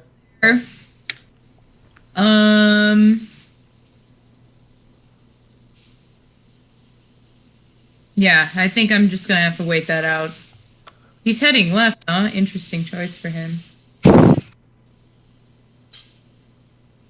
I'm good. Okay. Ravi, make a death saving throw. 11. All right. Crib's turn. Did you agree to Okay. Arvistan's plan? I'm thinking, because this seems a little more dire. Ravi was still standing when Arvistan came over to you and proposed it. Yeah. But I don't get to act till now. I'll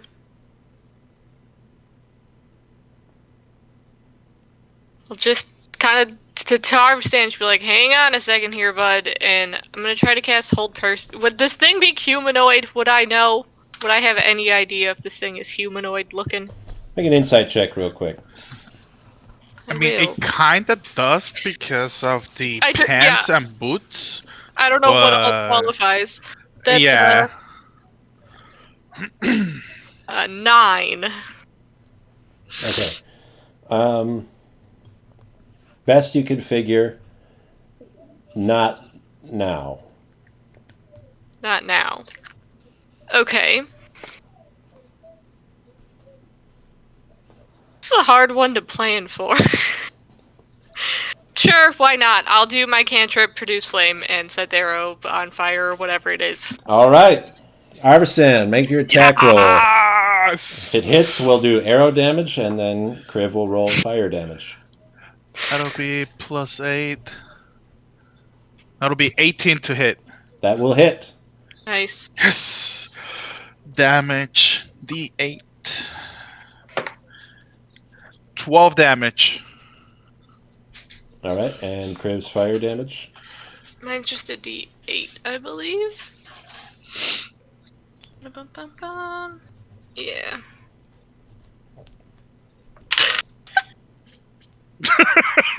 Try, but it's a 6. Okay. You'll see with a lot of the attacks that you guys have been doing so far, that the moss sort of absorbs and douses some of the fire as it impacts, and then cuts and breaks through the arrow. You'll see it even go back inside of the creature and sort of dig out the piece of arrow that's been lodged in and drop it onto the ground. The fire didn't do anything to him? Oh, you did Didn't earlier. damage, but not a lot. All right, Criff. You're gonna have to poison my arrow now. Not Me? Criff, Ashley. Don't you have a bunch of goop, bud? Didn't you get like a whole bunch from those kobolds? Hey. It's not an emergency jet. Okay? Yet. It's not an emergency. Robbie? Yet. It's not an Gurgle, gurgle, gurgle, gurgle. You look at Robbie's body laying on the ground to see if it's an emergency. Black moss is starting to grow over him. Oh Okay, my god! There is an Armstrong? emergency. It's an emergency now, okay? Party I never didn't see done the before. before. Leave Not me alone. emergency. As soon as the black He's moss got- comes in, emergency. He's got Emergency. weak little human skin. He has a thick armor on him, though. Armstrong, it's your Okay. turn. It's up to you to It's decide my how much of an turn. emergency this is. Dip it in the goop. Dip it in. It just immediately evaporates. He has one less arrow. I have no idea what you got. I just Um, remember it was some stuff. So if I have to throw, what would that be? Like a d20 plus what? Throw? Yeah, throw something at What are it. you throwing? You I'm can gonna tell me. use I'm the DM. my- It's Are okay. you gonna throw the whole jar? It's the jar, yes, but it's like it's the pot, and it's the worst one of them all. Like it's the most dangerous one. The one What? full of wasps. No, What did it's I the tell you it it's was? the green it's the green slime. Okay.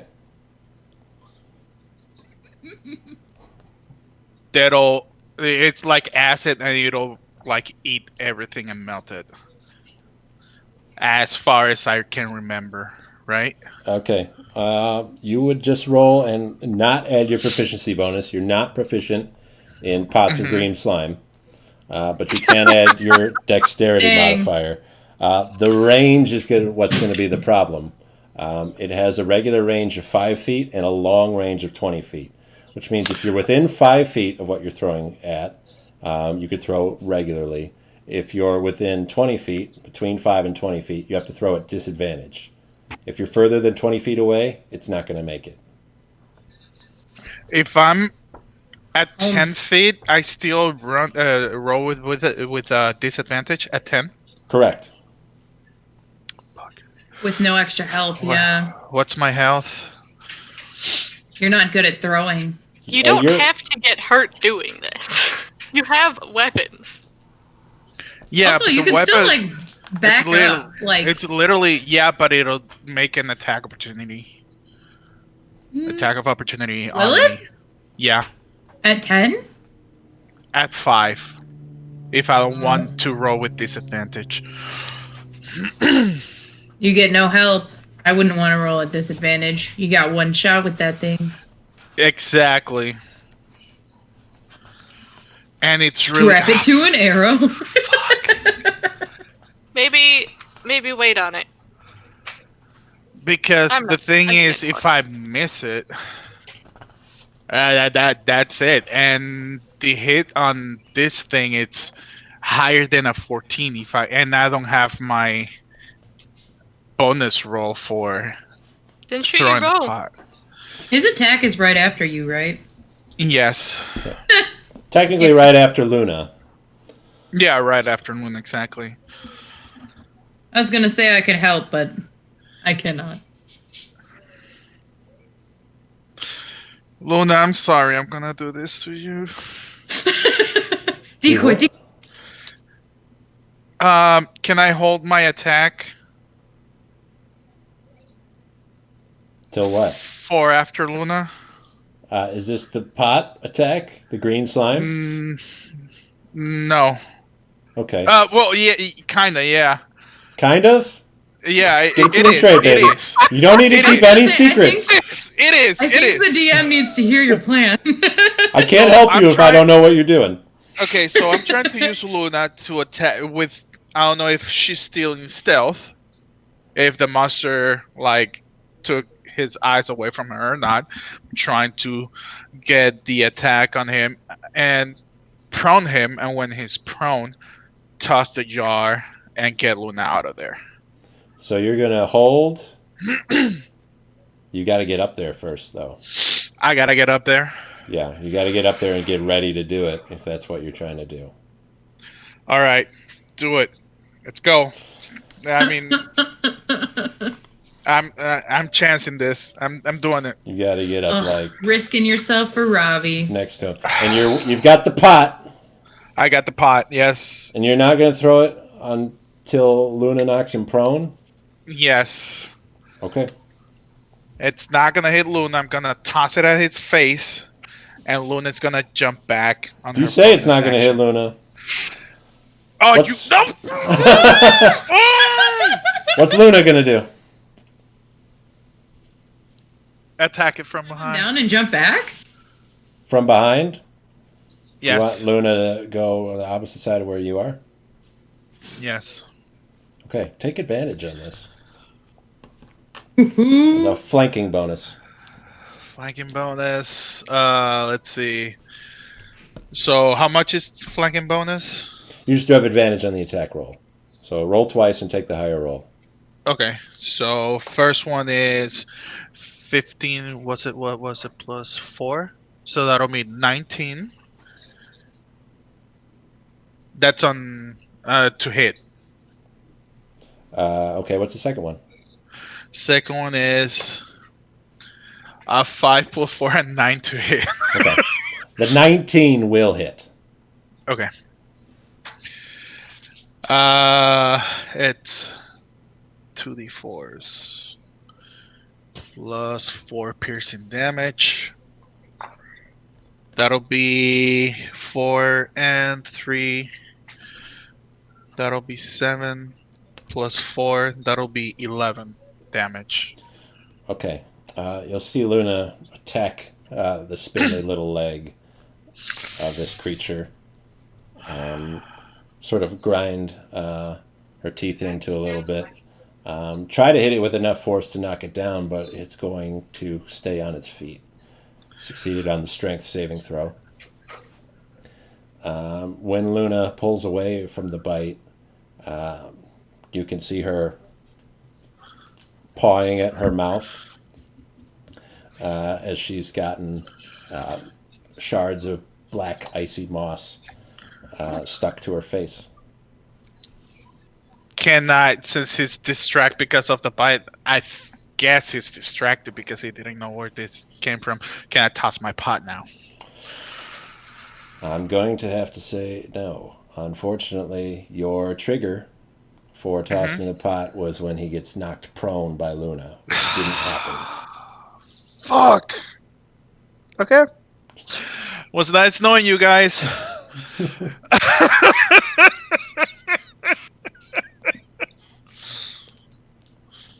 You guys, I have 2 things to heal. Like, we can't He's all like- die today. He's like a genie. You gotta watch your wording. You should have said distracted him. Could have just said when Luna attacks. You, Yeah, see- yep. But that's Yep. all Right you now, the said. DM's a lawyer, so Can't you help gotta you. watch it. I did everything I could. I'll take this into consideration for the next time. We've learned our lesson. Yep. Dead. Now we know. Now we know. Fuck. Arvistan, the creature is going to lock eyes with you, and you're going to feel that pang of hunger inside your belly, like you're starving. It makes you desperate to eat anything, I'd like you to make a Constitution saving throw. Oh boy. What's my constitution here? +2. Okay. Come on, Vex. Nope. What'd you get? A 9. Okay. You are going to take 19 points of necrotic damage. You guys. And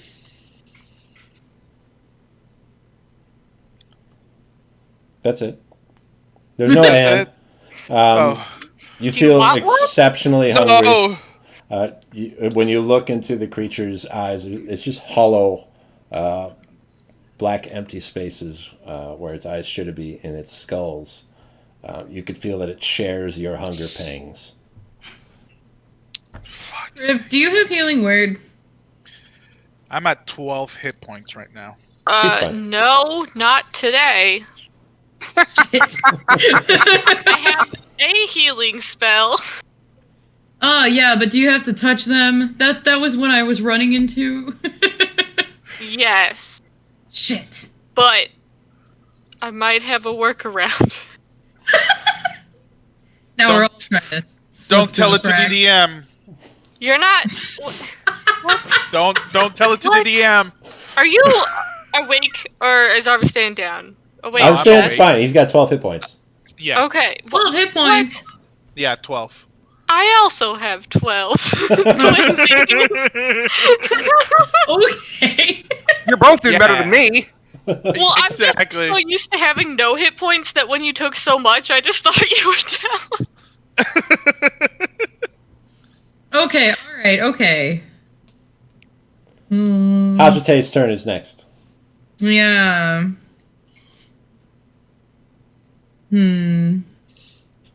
Arvistan, would you rather heal or would you rather me try and hurt it again? Hey, that's up to you. I can't talk at this point. Alright, fine. Sadly. Okay. So that's up to you. I mean, honestly, DM let us talk. I would say pick Ravi up if the healing will help him pick him up, and then Ravi has some other spells that we Can't can do that, use. bud. Could have high-fived you or something. Can't get here. He's on the Spell. ground. I Okay, have one spell slot remaining. you can heal yourself with that thing, or you can summon your badass Mhm. swords that hits more than anything else. Okay, alright. I can. Nope, can't do that. No, I can't talk. I can't cast spells through an unseen servant, right? No, unfortunately, you can't. That makes me sad. Be fun to do that right now, though. I mean, everybody's in a really desperate position to just get a little waiter to help you. Right? Go touch him! Oh, man. Well, does this push? Okay, Thunderwave pushes. Yeah, if they fail the saving throw. Yeah. He's failed a couple of mine, so I'm hoping. Okay, I'm gonna use Thunderwave. Okay, here's the thing on Thunderwave. This is going to be a 15-foot cube in front of you. And one of those sides is directly in front of you. On this map, that's 3 squares. So the 3 squares directly in front of you, and then 2 rows past that for a total of 9. You can hit the creature and Arvistan, or you can hit the creature and Luna. Whichever one you prefer to do. Did Luna take damage from the... Not No. yet. Say that? She hasn't taken any damage yet from the purple thingy. And I have one more hit point than Luna, so I'd rather you hit me. Helpful. I mean, we're mean- trying everything right now. It's our best bet, so I guess... Mm-hmm. I mean, what am I gonna do? Whip him? Like, Yeah. Do it, punk. don't be a punk. Okay, yeah. I'm gonna use Thunder Wave All right. towards So Arvistan. you could stand here, here, or here, anywhere in these three spots. If you stand right here, you're standing on Ravi's dead body. Or not dead body, but unconscious body. I would like to stand right behind Ravi's unconscious body, please. Okay. Yeah, Now don't that be I close, mentioned just that, I should say Yeah. you're probably going to hit Ravi's unconscious body if you're behind it. Damn it! So you might have to stand over top of him. You're making me sad here, Dave. Listen, you can hit him. That's fine. He'll just take an automatic I- death save failure. Insta dead. Can I reach him from here? Can I just cure wounds? You can touch Ravi right there and cure wounds him if you want. Cool beans, cure wounds. All right. How much are you going to give him? Step back and cry for having to make that decision.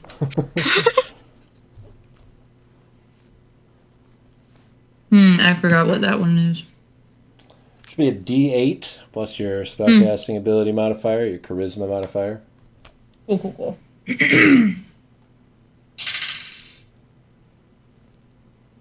Woohoo! 9. Okay. 9 hit points for Ravi. He exists again. Ravi, get out of there. He probably won't. I know, right? I'm not doing it again. That's your one. That's your one chance. So you've moved a little bit and you've used your action. You've got a little bit more movement left and a bonus action if you want to use them. Okay. This is what I'm gonna do. I'm gonna take a step back and I'm gonna throw another bardic inspiration at Arvistan. Okay, bardic inspiration for Arvistan. So you guys both have it. Don't forget. Okay. You have Next. bardic inspiration, Arvistan. Hey. He's back. What did I miss? You got some Bardic bardic inspiration for you. Sweet. It's Ravi's turn, though. I am going to use my final thing and heal myself again. That's not a bad move.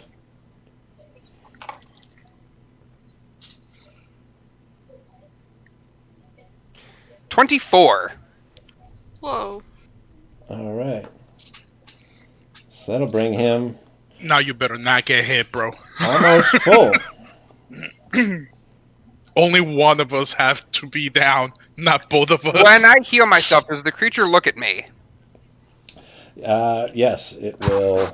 You'll hear that rumble in its stomach, and it'll turn, and you'll see the saliva dripping from its mouth. Okay. I'm going to back up, intentionally take the attack of opportunity, and I'm going to back up to this corner, so when it chases me, it provokes attack of opportunity from every other party member on our team. All right. I like it. I like it. This is all going to hinge on one thing. While he's salivating like this, his goal is to grab you. So his attack of opportunity is going to try to grab you again. That is an impressive reaction. Go for it. As long as he misses this. And he did. Yes! Let's go! So, Ravi, you're going where exactly? Back over here? Probably right there. Yeah. Right here? Okay. Yep. So that way, he provokes attack of opportunity from Luna, from Arvistan, from Hazote, and from Kriv as he's coming to get my ass. All right. Then it will be Crib's turn. Cool. I want to way to the left of, like, in that clearing of the monster, try to summon my cool spirit buddy. Oh Right. wait, I have to be able to see it, don't I? See where you're summoning the spirit? Yes. Can you not Yeah. see? Well, I mean, on the other side of the tree, I don't want to hit friends. Yeah, so for the shot. Everybody, You want to summon everybody's it hanging out. somewhere over here? Yeah, Um, that was my original intention. that's possible to do. The creature isn't thick with 2 C's. Very skinny. How dare you? I fucking love it. So That's awesome. he's easily occupying the space that he's in. He has control over that area, but you could see past him without any difficulty. And this section of the tree is a root that you could see over. Okay, because I wanted to summon it where it wasn't gonna hit like Arvistan and Luna because we're all super low on healing spells today. Let's call it down. That's you. So you want it just over here? It's got 10 feet that it pops out in, right? So it should be able to catch that. Yeah. Okay. And that's attack opportunity on that elemental as well. What? No. No? Damn. But as it shows up, the creature will have to make a dexterity saving throw. Which misses, which misses, which misses. It is a success. Fuck. Ooh. So it won't take the damage as your spirit arrives. That's fine. Anything else you'd like to do on your turn? Your spirit is going to take its turn right after you. Yeah, I'm just gonna tell it to attack on its turn as my bonus action. Okay. On its turn, it will fire out a little peal of lightning. Yeah. Okay. Oh, I should use. Well. Okay. This. That would be a 7. 7 to hit? Yeah. That's a miss, Yeah. which is unfortunate. Is the spirit going to stay there? Yeah. Why not? Okay. Then it will be Arvistan's turn.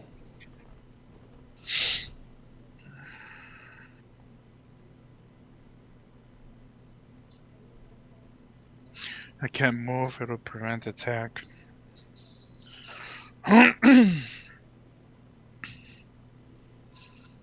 One is okay over there.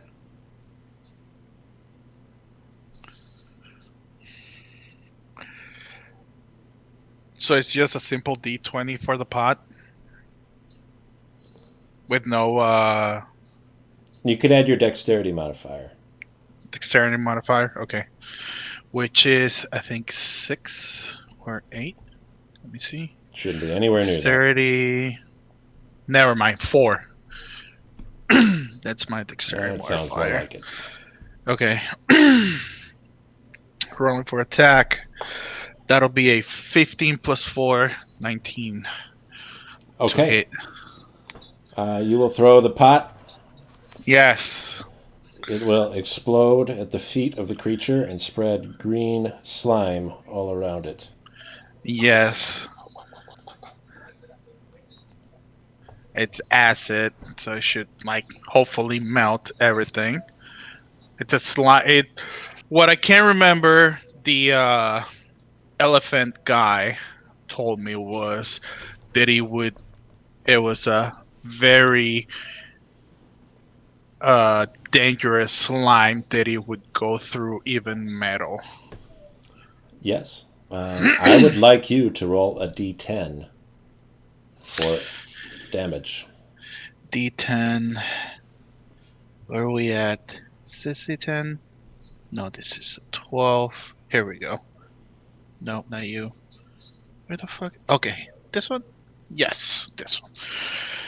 D10. 4. Okay.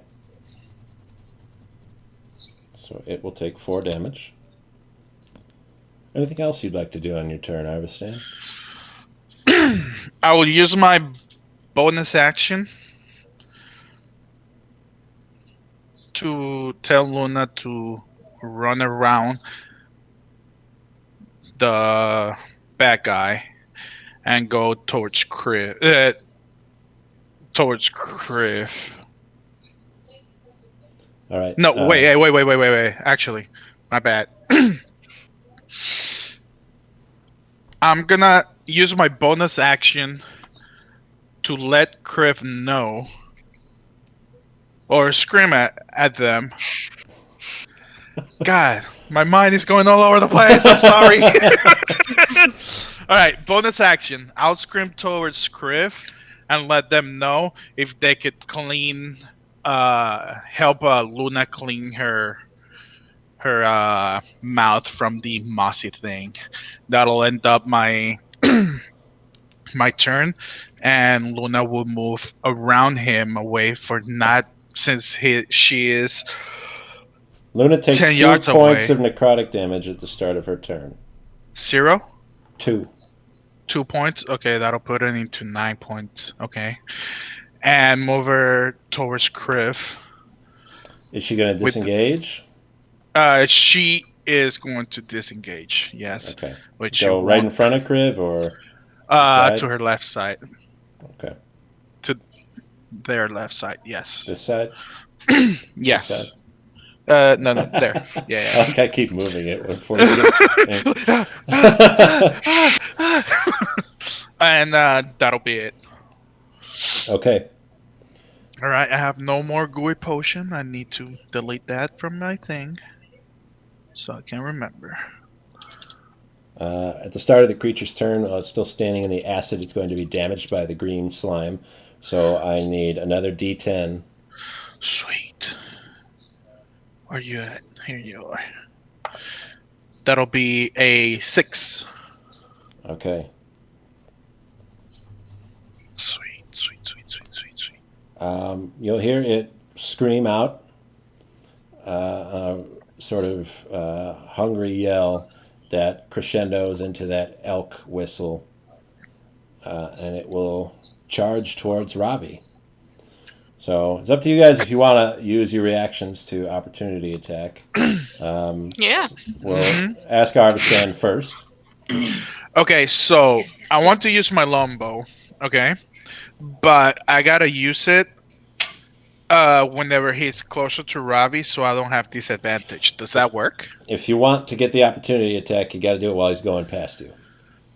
You can pull your dagger out and attack with that if you want. No, I'm gonna get purple moss all over myself. So I have to roll disadvantage on bow and arrow, right? Yes. Okay, I'll do that. Yeah, you're a pretty good shot though, so Yeah. might be okay. Okay. So that'll be a nat 20 for one, and the other one is an 11 plus 8. That'll be 19 to hit. That will hit. All right. Damage would be D8 plus 4. Is this D8? Yes. That'll be 9 to hit. 9 damage. Okay. It will run past you and make a swing past Hajite. Hajite, would you like to make an opportunity attack? Yes, so... Yeah, that'll be good. We'll do...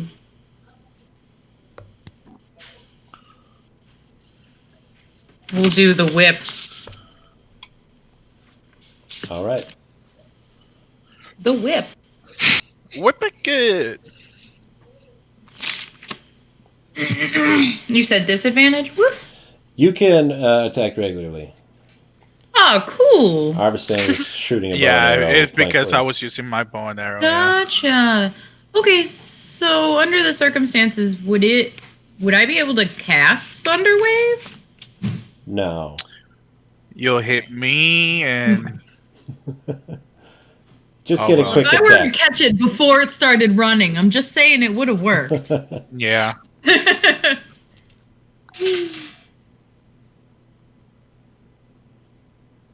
So... Oh, 20. All right, Unnatural. that will hit. And then... Okay.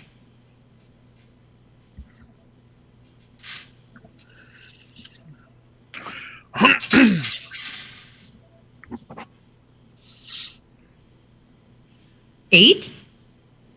All right. And then it will move past Hajite and past Kriv. Kriv, would you like to make an attack of opportunity? Yes. This is just pretty much melee weapon or weapons, right? Yep. Okay. Would we? Can I say I wanted to do two-handed quarterstaff, or is that weird because I was spellcasting before? That's fine. Okay, I would like to do that then. Just put another hand on it. It's like doing nothing. Boom. Okay. Done. I don't know why they give you the option to do it one-handed. In case you get something else in your other hand. That is a 14. 14 is not a hit, unfortunately. Yeah. All right. Then as the creature reaches Ravi, it will hold out a clawed hand and then drop down onto one knee. You'll see it start to sort of convulse a little bit, and you'll hear it sobbing. You'll see its whole body sort of shake as it's weeping in front of you. And then it falls over onto its right side with its hand still outstretched. It lands next to Ravi. And it'll just cry there for a few seconds before it goes silent.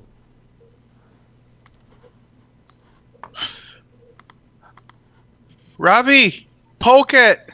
Is it dead? Good drop I will- initiative. I'll poke it.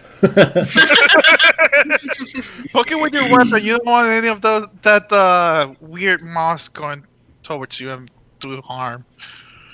Yeah. Anybody know what this is?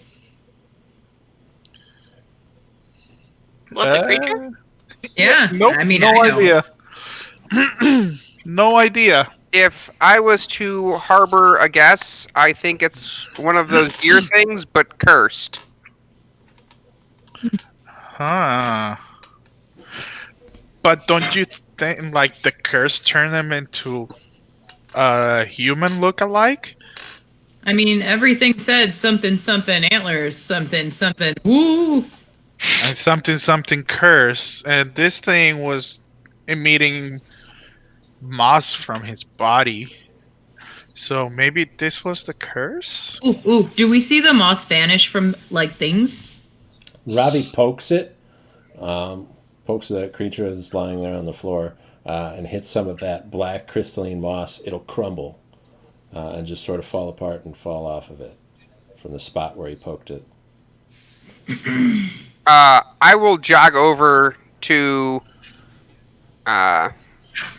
Goads and the rest of the family and see how the boy is doing. Deacon's lost a lot of blood.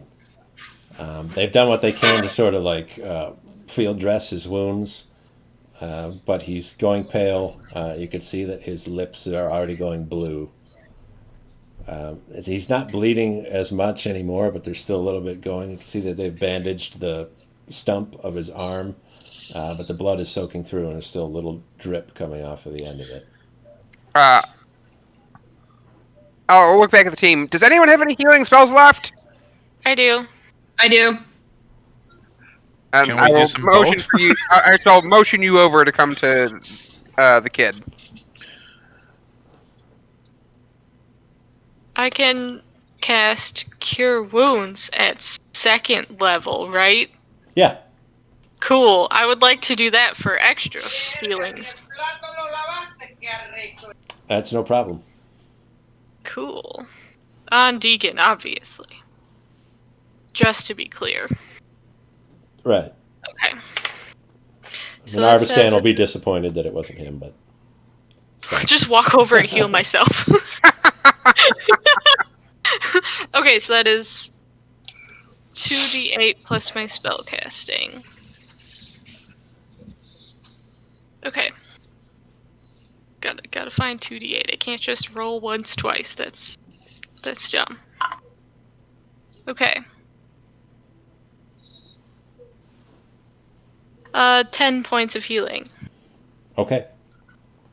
There's no obvious visual change on Deacon when you cast the healing spell on him.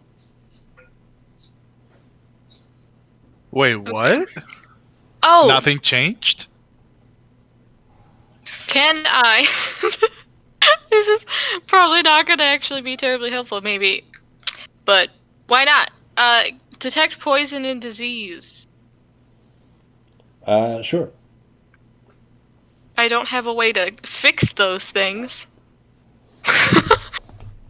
But, But I'll you'll know about them, maybe. Yeah, and maybe Goat Guy and Mater probably know something about that since they're hunters. I mean, I So it know would be he's also nice. ripped open, but like... Yeah.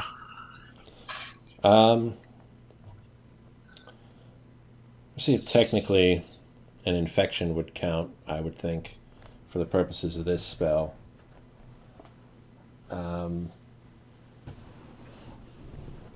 You can stop the bleeding.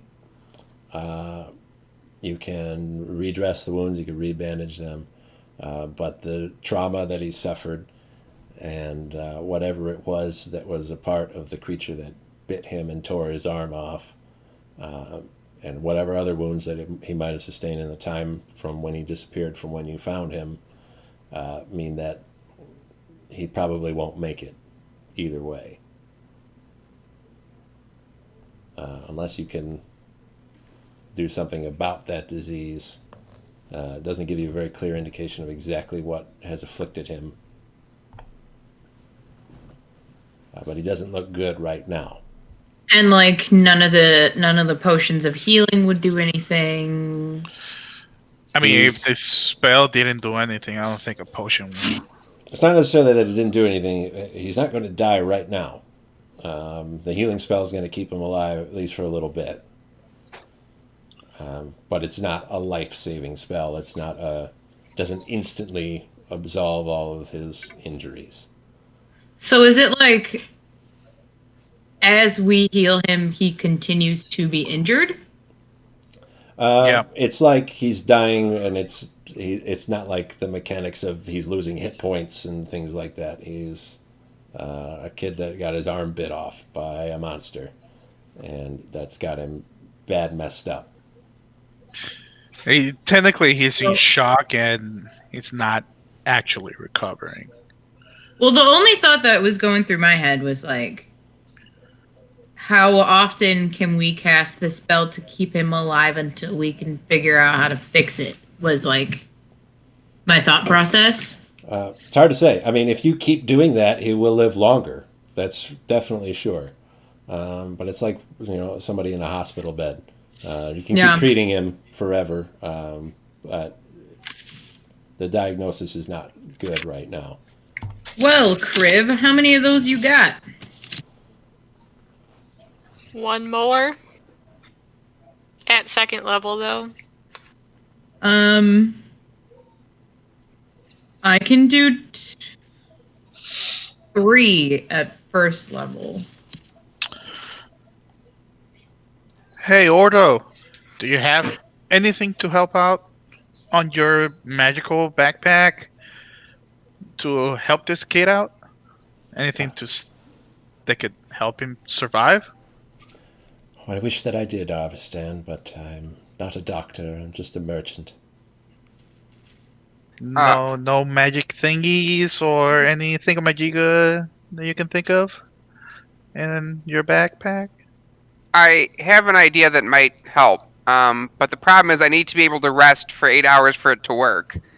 There's a spell that Father Gregor taught me called Lesser Restoration.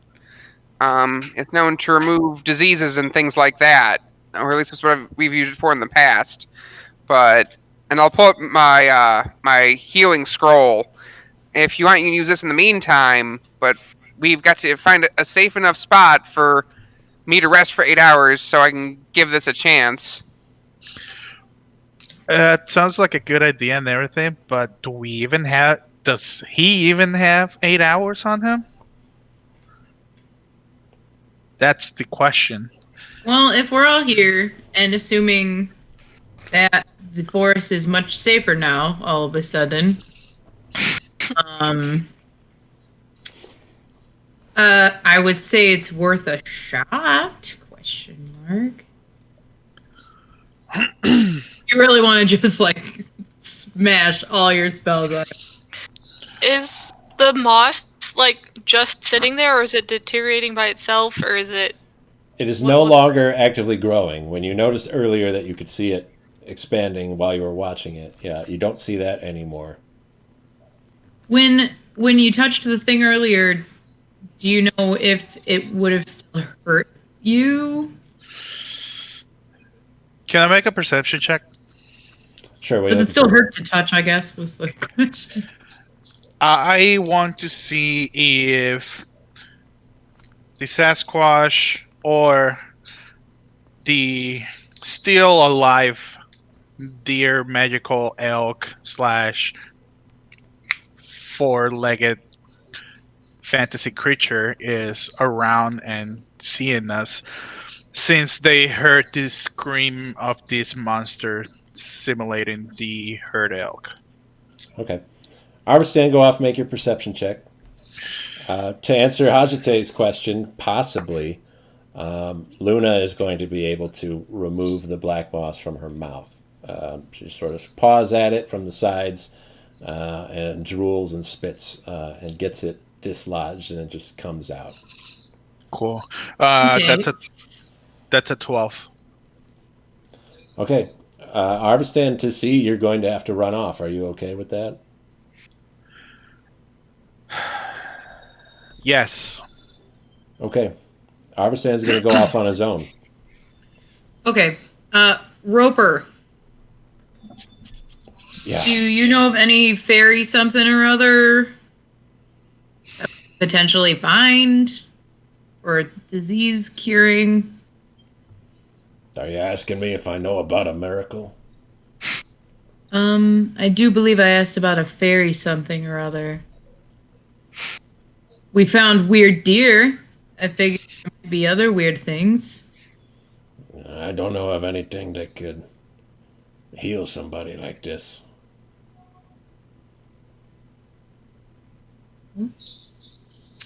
Fairy fountains out, guys. Do you think we could, maybe Ravi? I don't know if you're just good at healing or if you're experienced with hurt people. Do we think we could keep him alive for 8 hours for you to rest? If we Can I make a healing check? Yeah, medicine.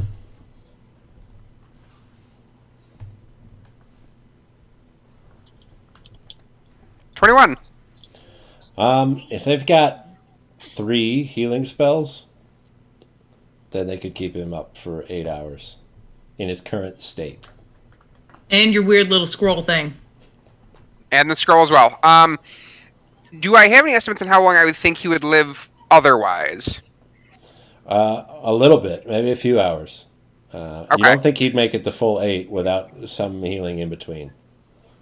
Yeah. And I'll like look over him. I think with the healing spells, he will make it for 8 hours. well, let's get to it. Can we find a good place to sit down or get to that? Get you asleep. Yeah, Roper and Mater will help you move Deacon Quick, go to bed. to somewhere that is a little bit more comfortable, sort of. While you guys are going, you'll see that moss will start to like melt slowly. It's taking time, so it's still going to be everywhere for a while, but you can see that it's receding on itself a little bit. Eventually, you'll get to like a patch of grass, and Roper will flatten it out, and you'll get Deacon set up there. And then Ravi can start preparing a spell and resting to be able to cast it, while you guys, in turns, periodically cast healing spells on Deacon to keep him alive. All this while, it takes a few hours. Arvistan is out running. He's looking for the barbarian and the fairy elk. Arvistan, you will eventually find them. When you Okay. get past the black moss, when you find a grove where it's not growing anymore, you'll see that the Sasquatch is riding atop that fairy deer, and is heading in your direction.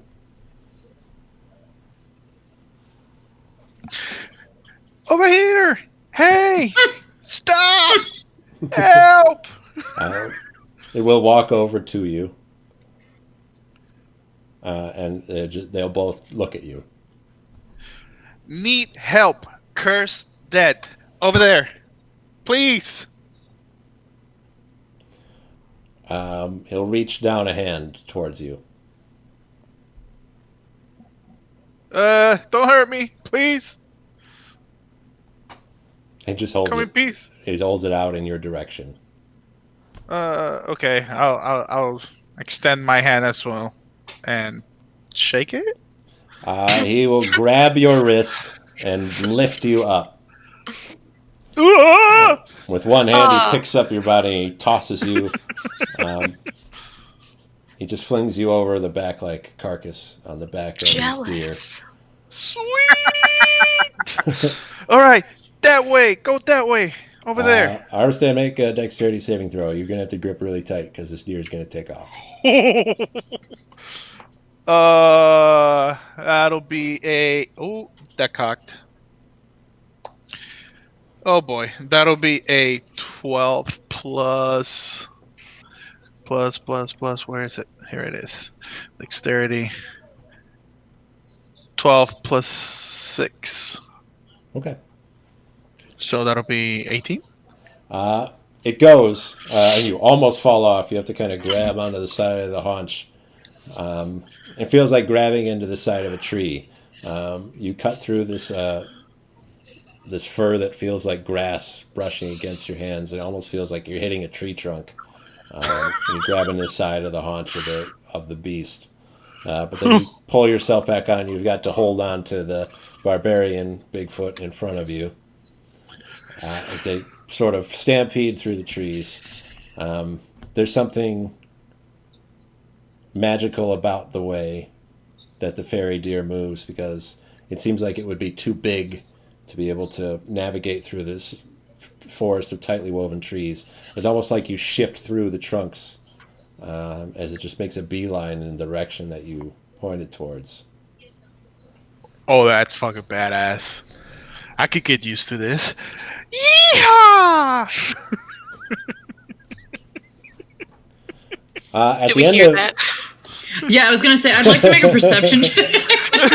He'll get there. He'll get there. I'd like to listen for a yeehaw, please.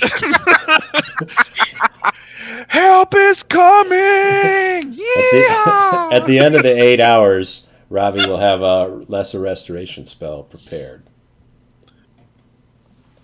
Which, as soon as I wake up, I will quickly scramble to him and try to cast the spell upon the boy. All drowsy and drunk, like he falls over and. Pretty much, like I'm rolling over. It's like, where am I? Okay. Oh god, I wasn't unconscious this time. Thank God. All right, boy, that's right. Scramble over to him. Ravi will cast the restoration spell over him. It took you 8 hours to find that deer. I guess. A few hours to find it, and then he's got to come back. Fair enough. So, do you guys have another detect disease? Um. Load it up. Well, how many healing spells did we have to use up till then? I had 3. Yeah, So you needed up 3. mine first, because I don't have any of those. I don't If have anything. If I use it, I have to use it at my highest in my last slot. So there's no more healing from me, but Ravi, you're good, right? That means all my healing's gone too, by the way. Okay. I mean, I have a potion, but whatever. I mean, Sure, I can use one of them for detect poison and disease. All right, Ravi's all rested up. He got all his slots back. Right? Who's going to cast it then? I mean, technically, Kriv, if I was doing all the spell casting, you could have also taken a nap.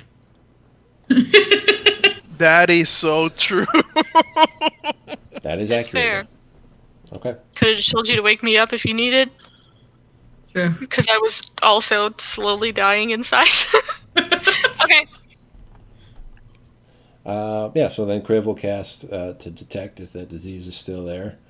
Yes. You will find that the infection seems to be gone. Ravi's spell must have worked. Yay! Deacon, Ooh. probably not dying anymore. He's still unconscious. It's going to take him a while to recover his strength. And he's still missing that big chunk of his arm. So I have a question. But he might pull through. Can I mend fix his arm? Not like create a whole new arm. I'm not like going that far, but like heal it enough that he can do something dumb and make it bleed again. The rest of his arm isn't there. So luckily you won't have to find out if that's something right now. It was devoured. Gross. But I meant just like make a nice stump is what I really meant. Assuming his arm's gone forever, I wasn't planning to put it back.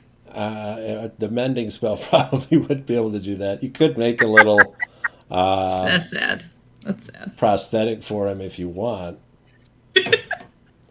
But yeah, Too like wood. around the time you guys are casting those spells is when that great fairy deer will show up, come bounding through the trees. Oh my god. Terrifying. Stop short about 60 feet away from where Deacon is laying, and Arvistan will get off, and the barbarian will hop off, and he will draw his great maul off of his back, and he'll walk over Smash the towards Deacon. Over here, come over here. He's over here. Let's go. I think I've healed him, but I'm not sure. Guys, I brought help. Did you? Roper's going to get up and so. try to stop him. I mean, he didn't hurt me, and I rode on that cool ass deer. Holy shit, that was amazing. Roper said, "Don't you lay a hand on my grandson." Let him check. Goats guy, they're here to help. Don't worry, we're not fighting right now. If We not, just I fixed would him be up. dead. I would be dead right now. This guy But, domed your friend the other day, and you're just going to let him walk up here to my grandson? For now, yes. If something is gonna happen and we see that he's gonna attack, well, we'll just defend him. But he might help. He's been more in the woods in here than us, clearly, so he might know something that could help. Just let him check. Just relax a little bit. Make a persuasion check, Arvistan. Whew. Oh no. Oh, this is gonna be bad. Should have had me persuade him. Persuasion -2. Let's go.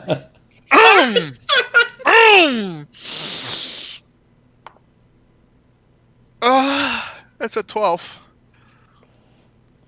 Okay. That could have gone worse. Yeah, you could have gotten 0. Roper will reluctantly stand aside.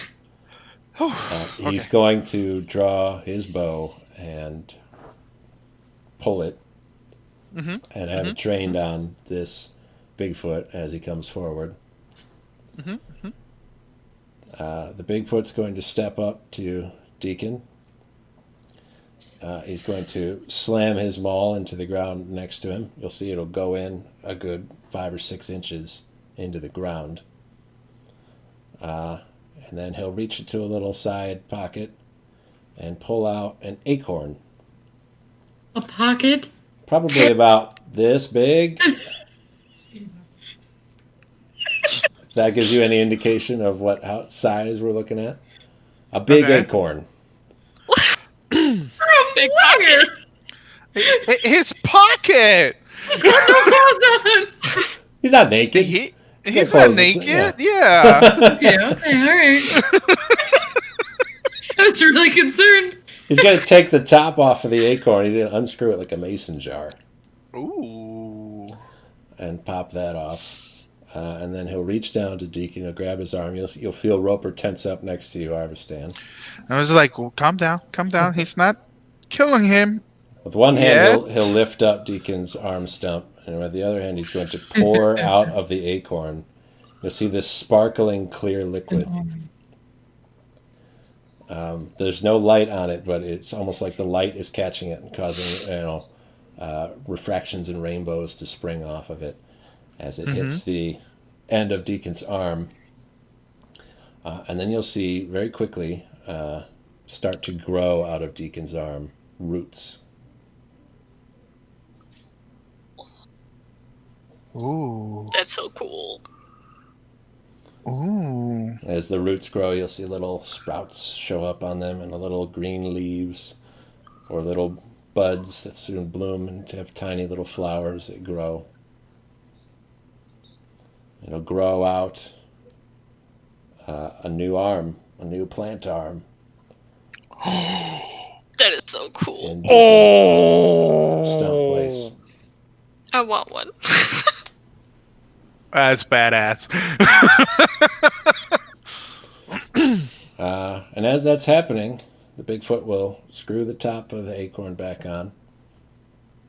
And he'll walk over to you, Arvistan, the man who came and got him. Okay. Thank you, big guy. And I kind of like jump and hit him on the shoulder. Yeah, he'll look at his shoulder where you touched him, and he'll stare down back at you with his brows furrowed. Please don't kill me. And he'll say, "Curse." That monster weird thing over there that's dead. Is it still that just thing. chilling? It's just a corpse over there. Okay, Yeah. it's not doing anything weird. There was see those black mothy things over there? It was coming out of him.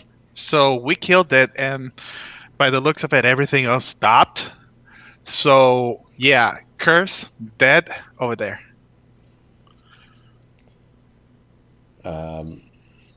He'll put a big meaty hand on your shoulder. And his other hand, he'll hold up the acorn. And he'll say, "Blood, good." And then he'll thrust it into your chest. And hold it Thank there. you. I hold it. And if you take it from him, he'll take his hand back. He'll Thank turn you. to Kriv. And he'll like gesture at you as like, Yes? and then he'll point at the fairy deer and he'll say, "Talk." Okay. Let's go. Double check what level that is, just so I know. Everyone's bossing me around with spells today. Okay. I can't speak with animals. That's my first level. Guys, I think who wants to lose an arm or a leg? I can pour this first thing of all, and me. Second of all, I gotta talk to this deer real quick. Let's use it now. That was so cool. The deer will talk to you, Kriv. And it will Sweet. say, "I must apologize. You are a foreign agent in my home, and I thought you a curse."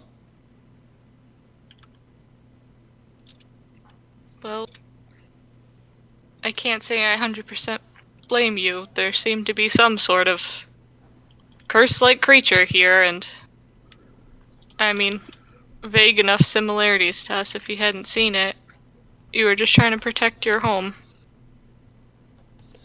I thank you for helping us here. My friend Walk has given you the blood of my brother.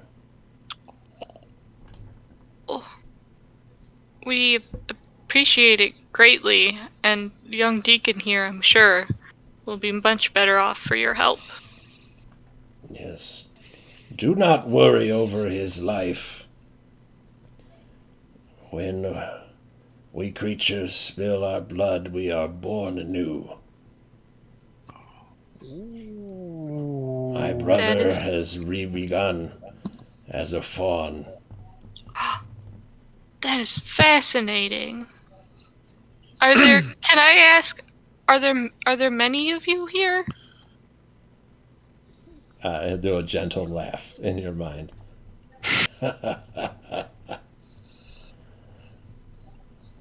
I won't tell you that. That's fair. Well, we thank you again.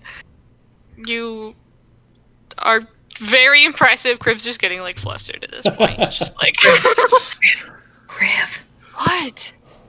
can you ask them if they'll just give us safe passage through here whenever we want? Hey, that's fair. You want to put Roper out of a job? No. Just us. Yeah, Just us. just us. I like that idea. For what? Hey, we gotta come back at some point, We right? could just leave. They could take their little boy back. What? You're What? offering the kid? No. They can go home without bringing us all the way there. I guess I will ask the nice dear friend. Yeah? Were we to be coming back through these woods, could we get assistance through? I guess. I don't know, bud. What do you want from me? I am not master of the spirits here, but I can do what I can. Should you Okay. return, you've already reached the edge of our domain here in the wood. The spirits don't hold sway over the trees east of here.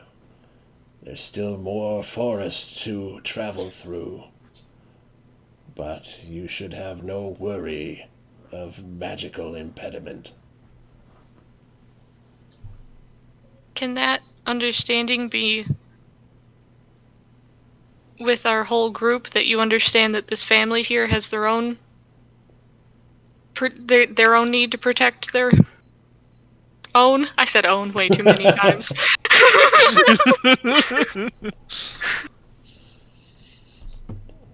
Roper is an annoyance, but we suffer him. We'll never see him again, and he'll never see us either. Ooh. That is very fair.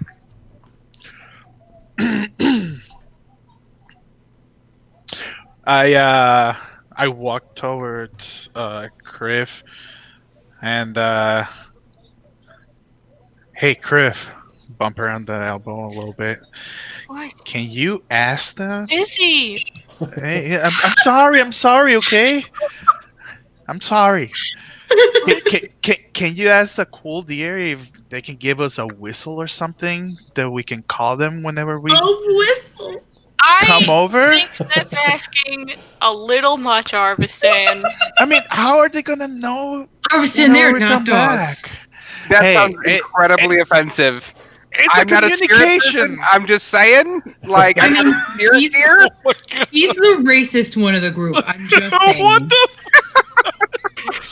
Is there any way that we can communicate with them if we ever have to pass through the forest again, so they know that it's us and we're here? I think They'll probably we're just talking I'm about trying to that, say, okay? Arvistan.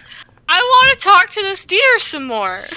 Okay, but just ask No. it whenever you're done, okay? You can learn to talk to Arvistan, animals and ask I'm it. going you know what? I'm You going know to what? start pulling Arvistan away. You. God, you know what? I'm gonna talk to the Sasquatch You over got to there. ride He's the my cool buddy deer. now. Just take that. He's gonna be my best friend now. You take I- your acorn. I'm gonna take my wanna talk acorn to and the I'm gonna deer. talk to the Sasquatch. I would like to Ooh. ask the cool deer if they've seen any creatures like this one before, and like gesture to the one just laying there. Never before. And we hope never again.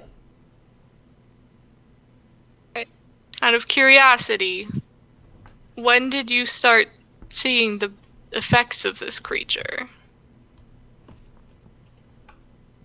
The creature entered our domain some months ago.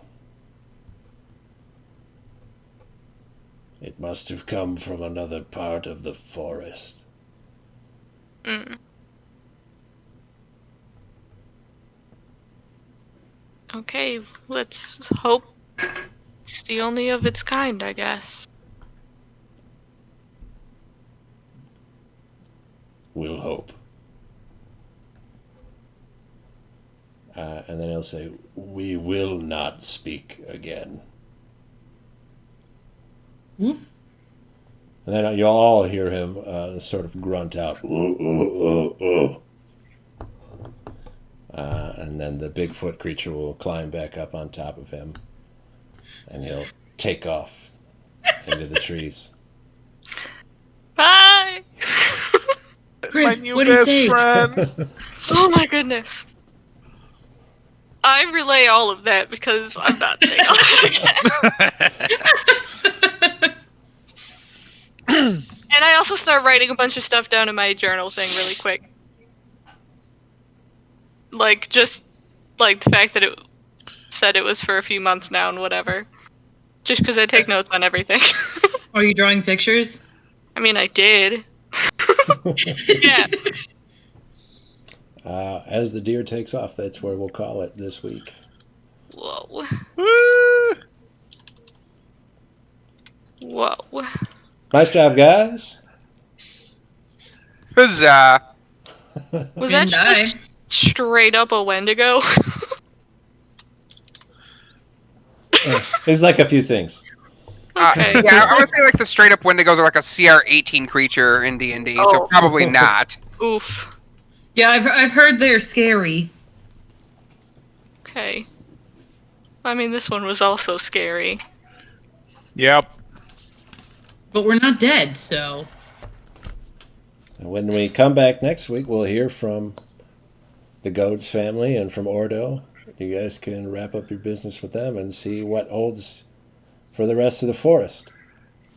Yeah. We could just travel through the forest forever. I don't recommend that. We're going to eventually find something that will kill us. Yeah. I mean,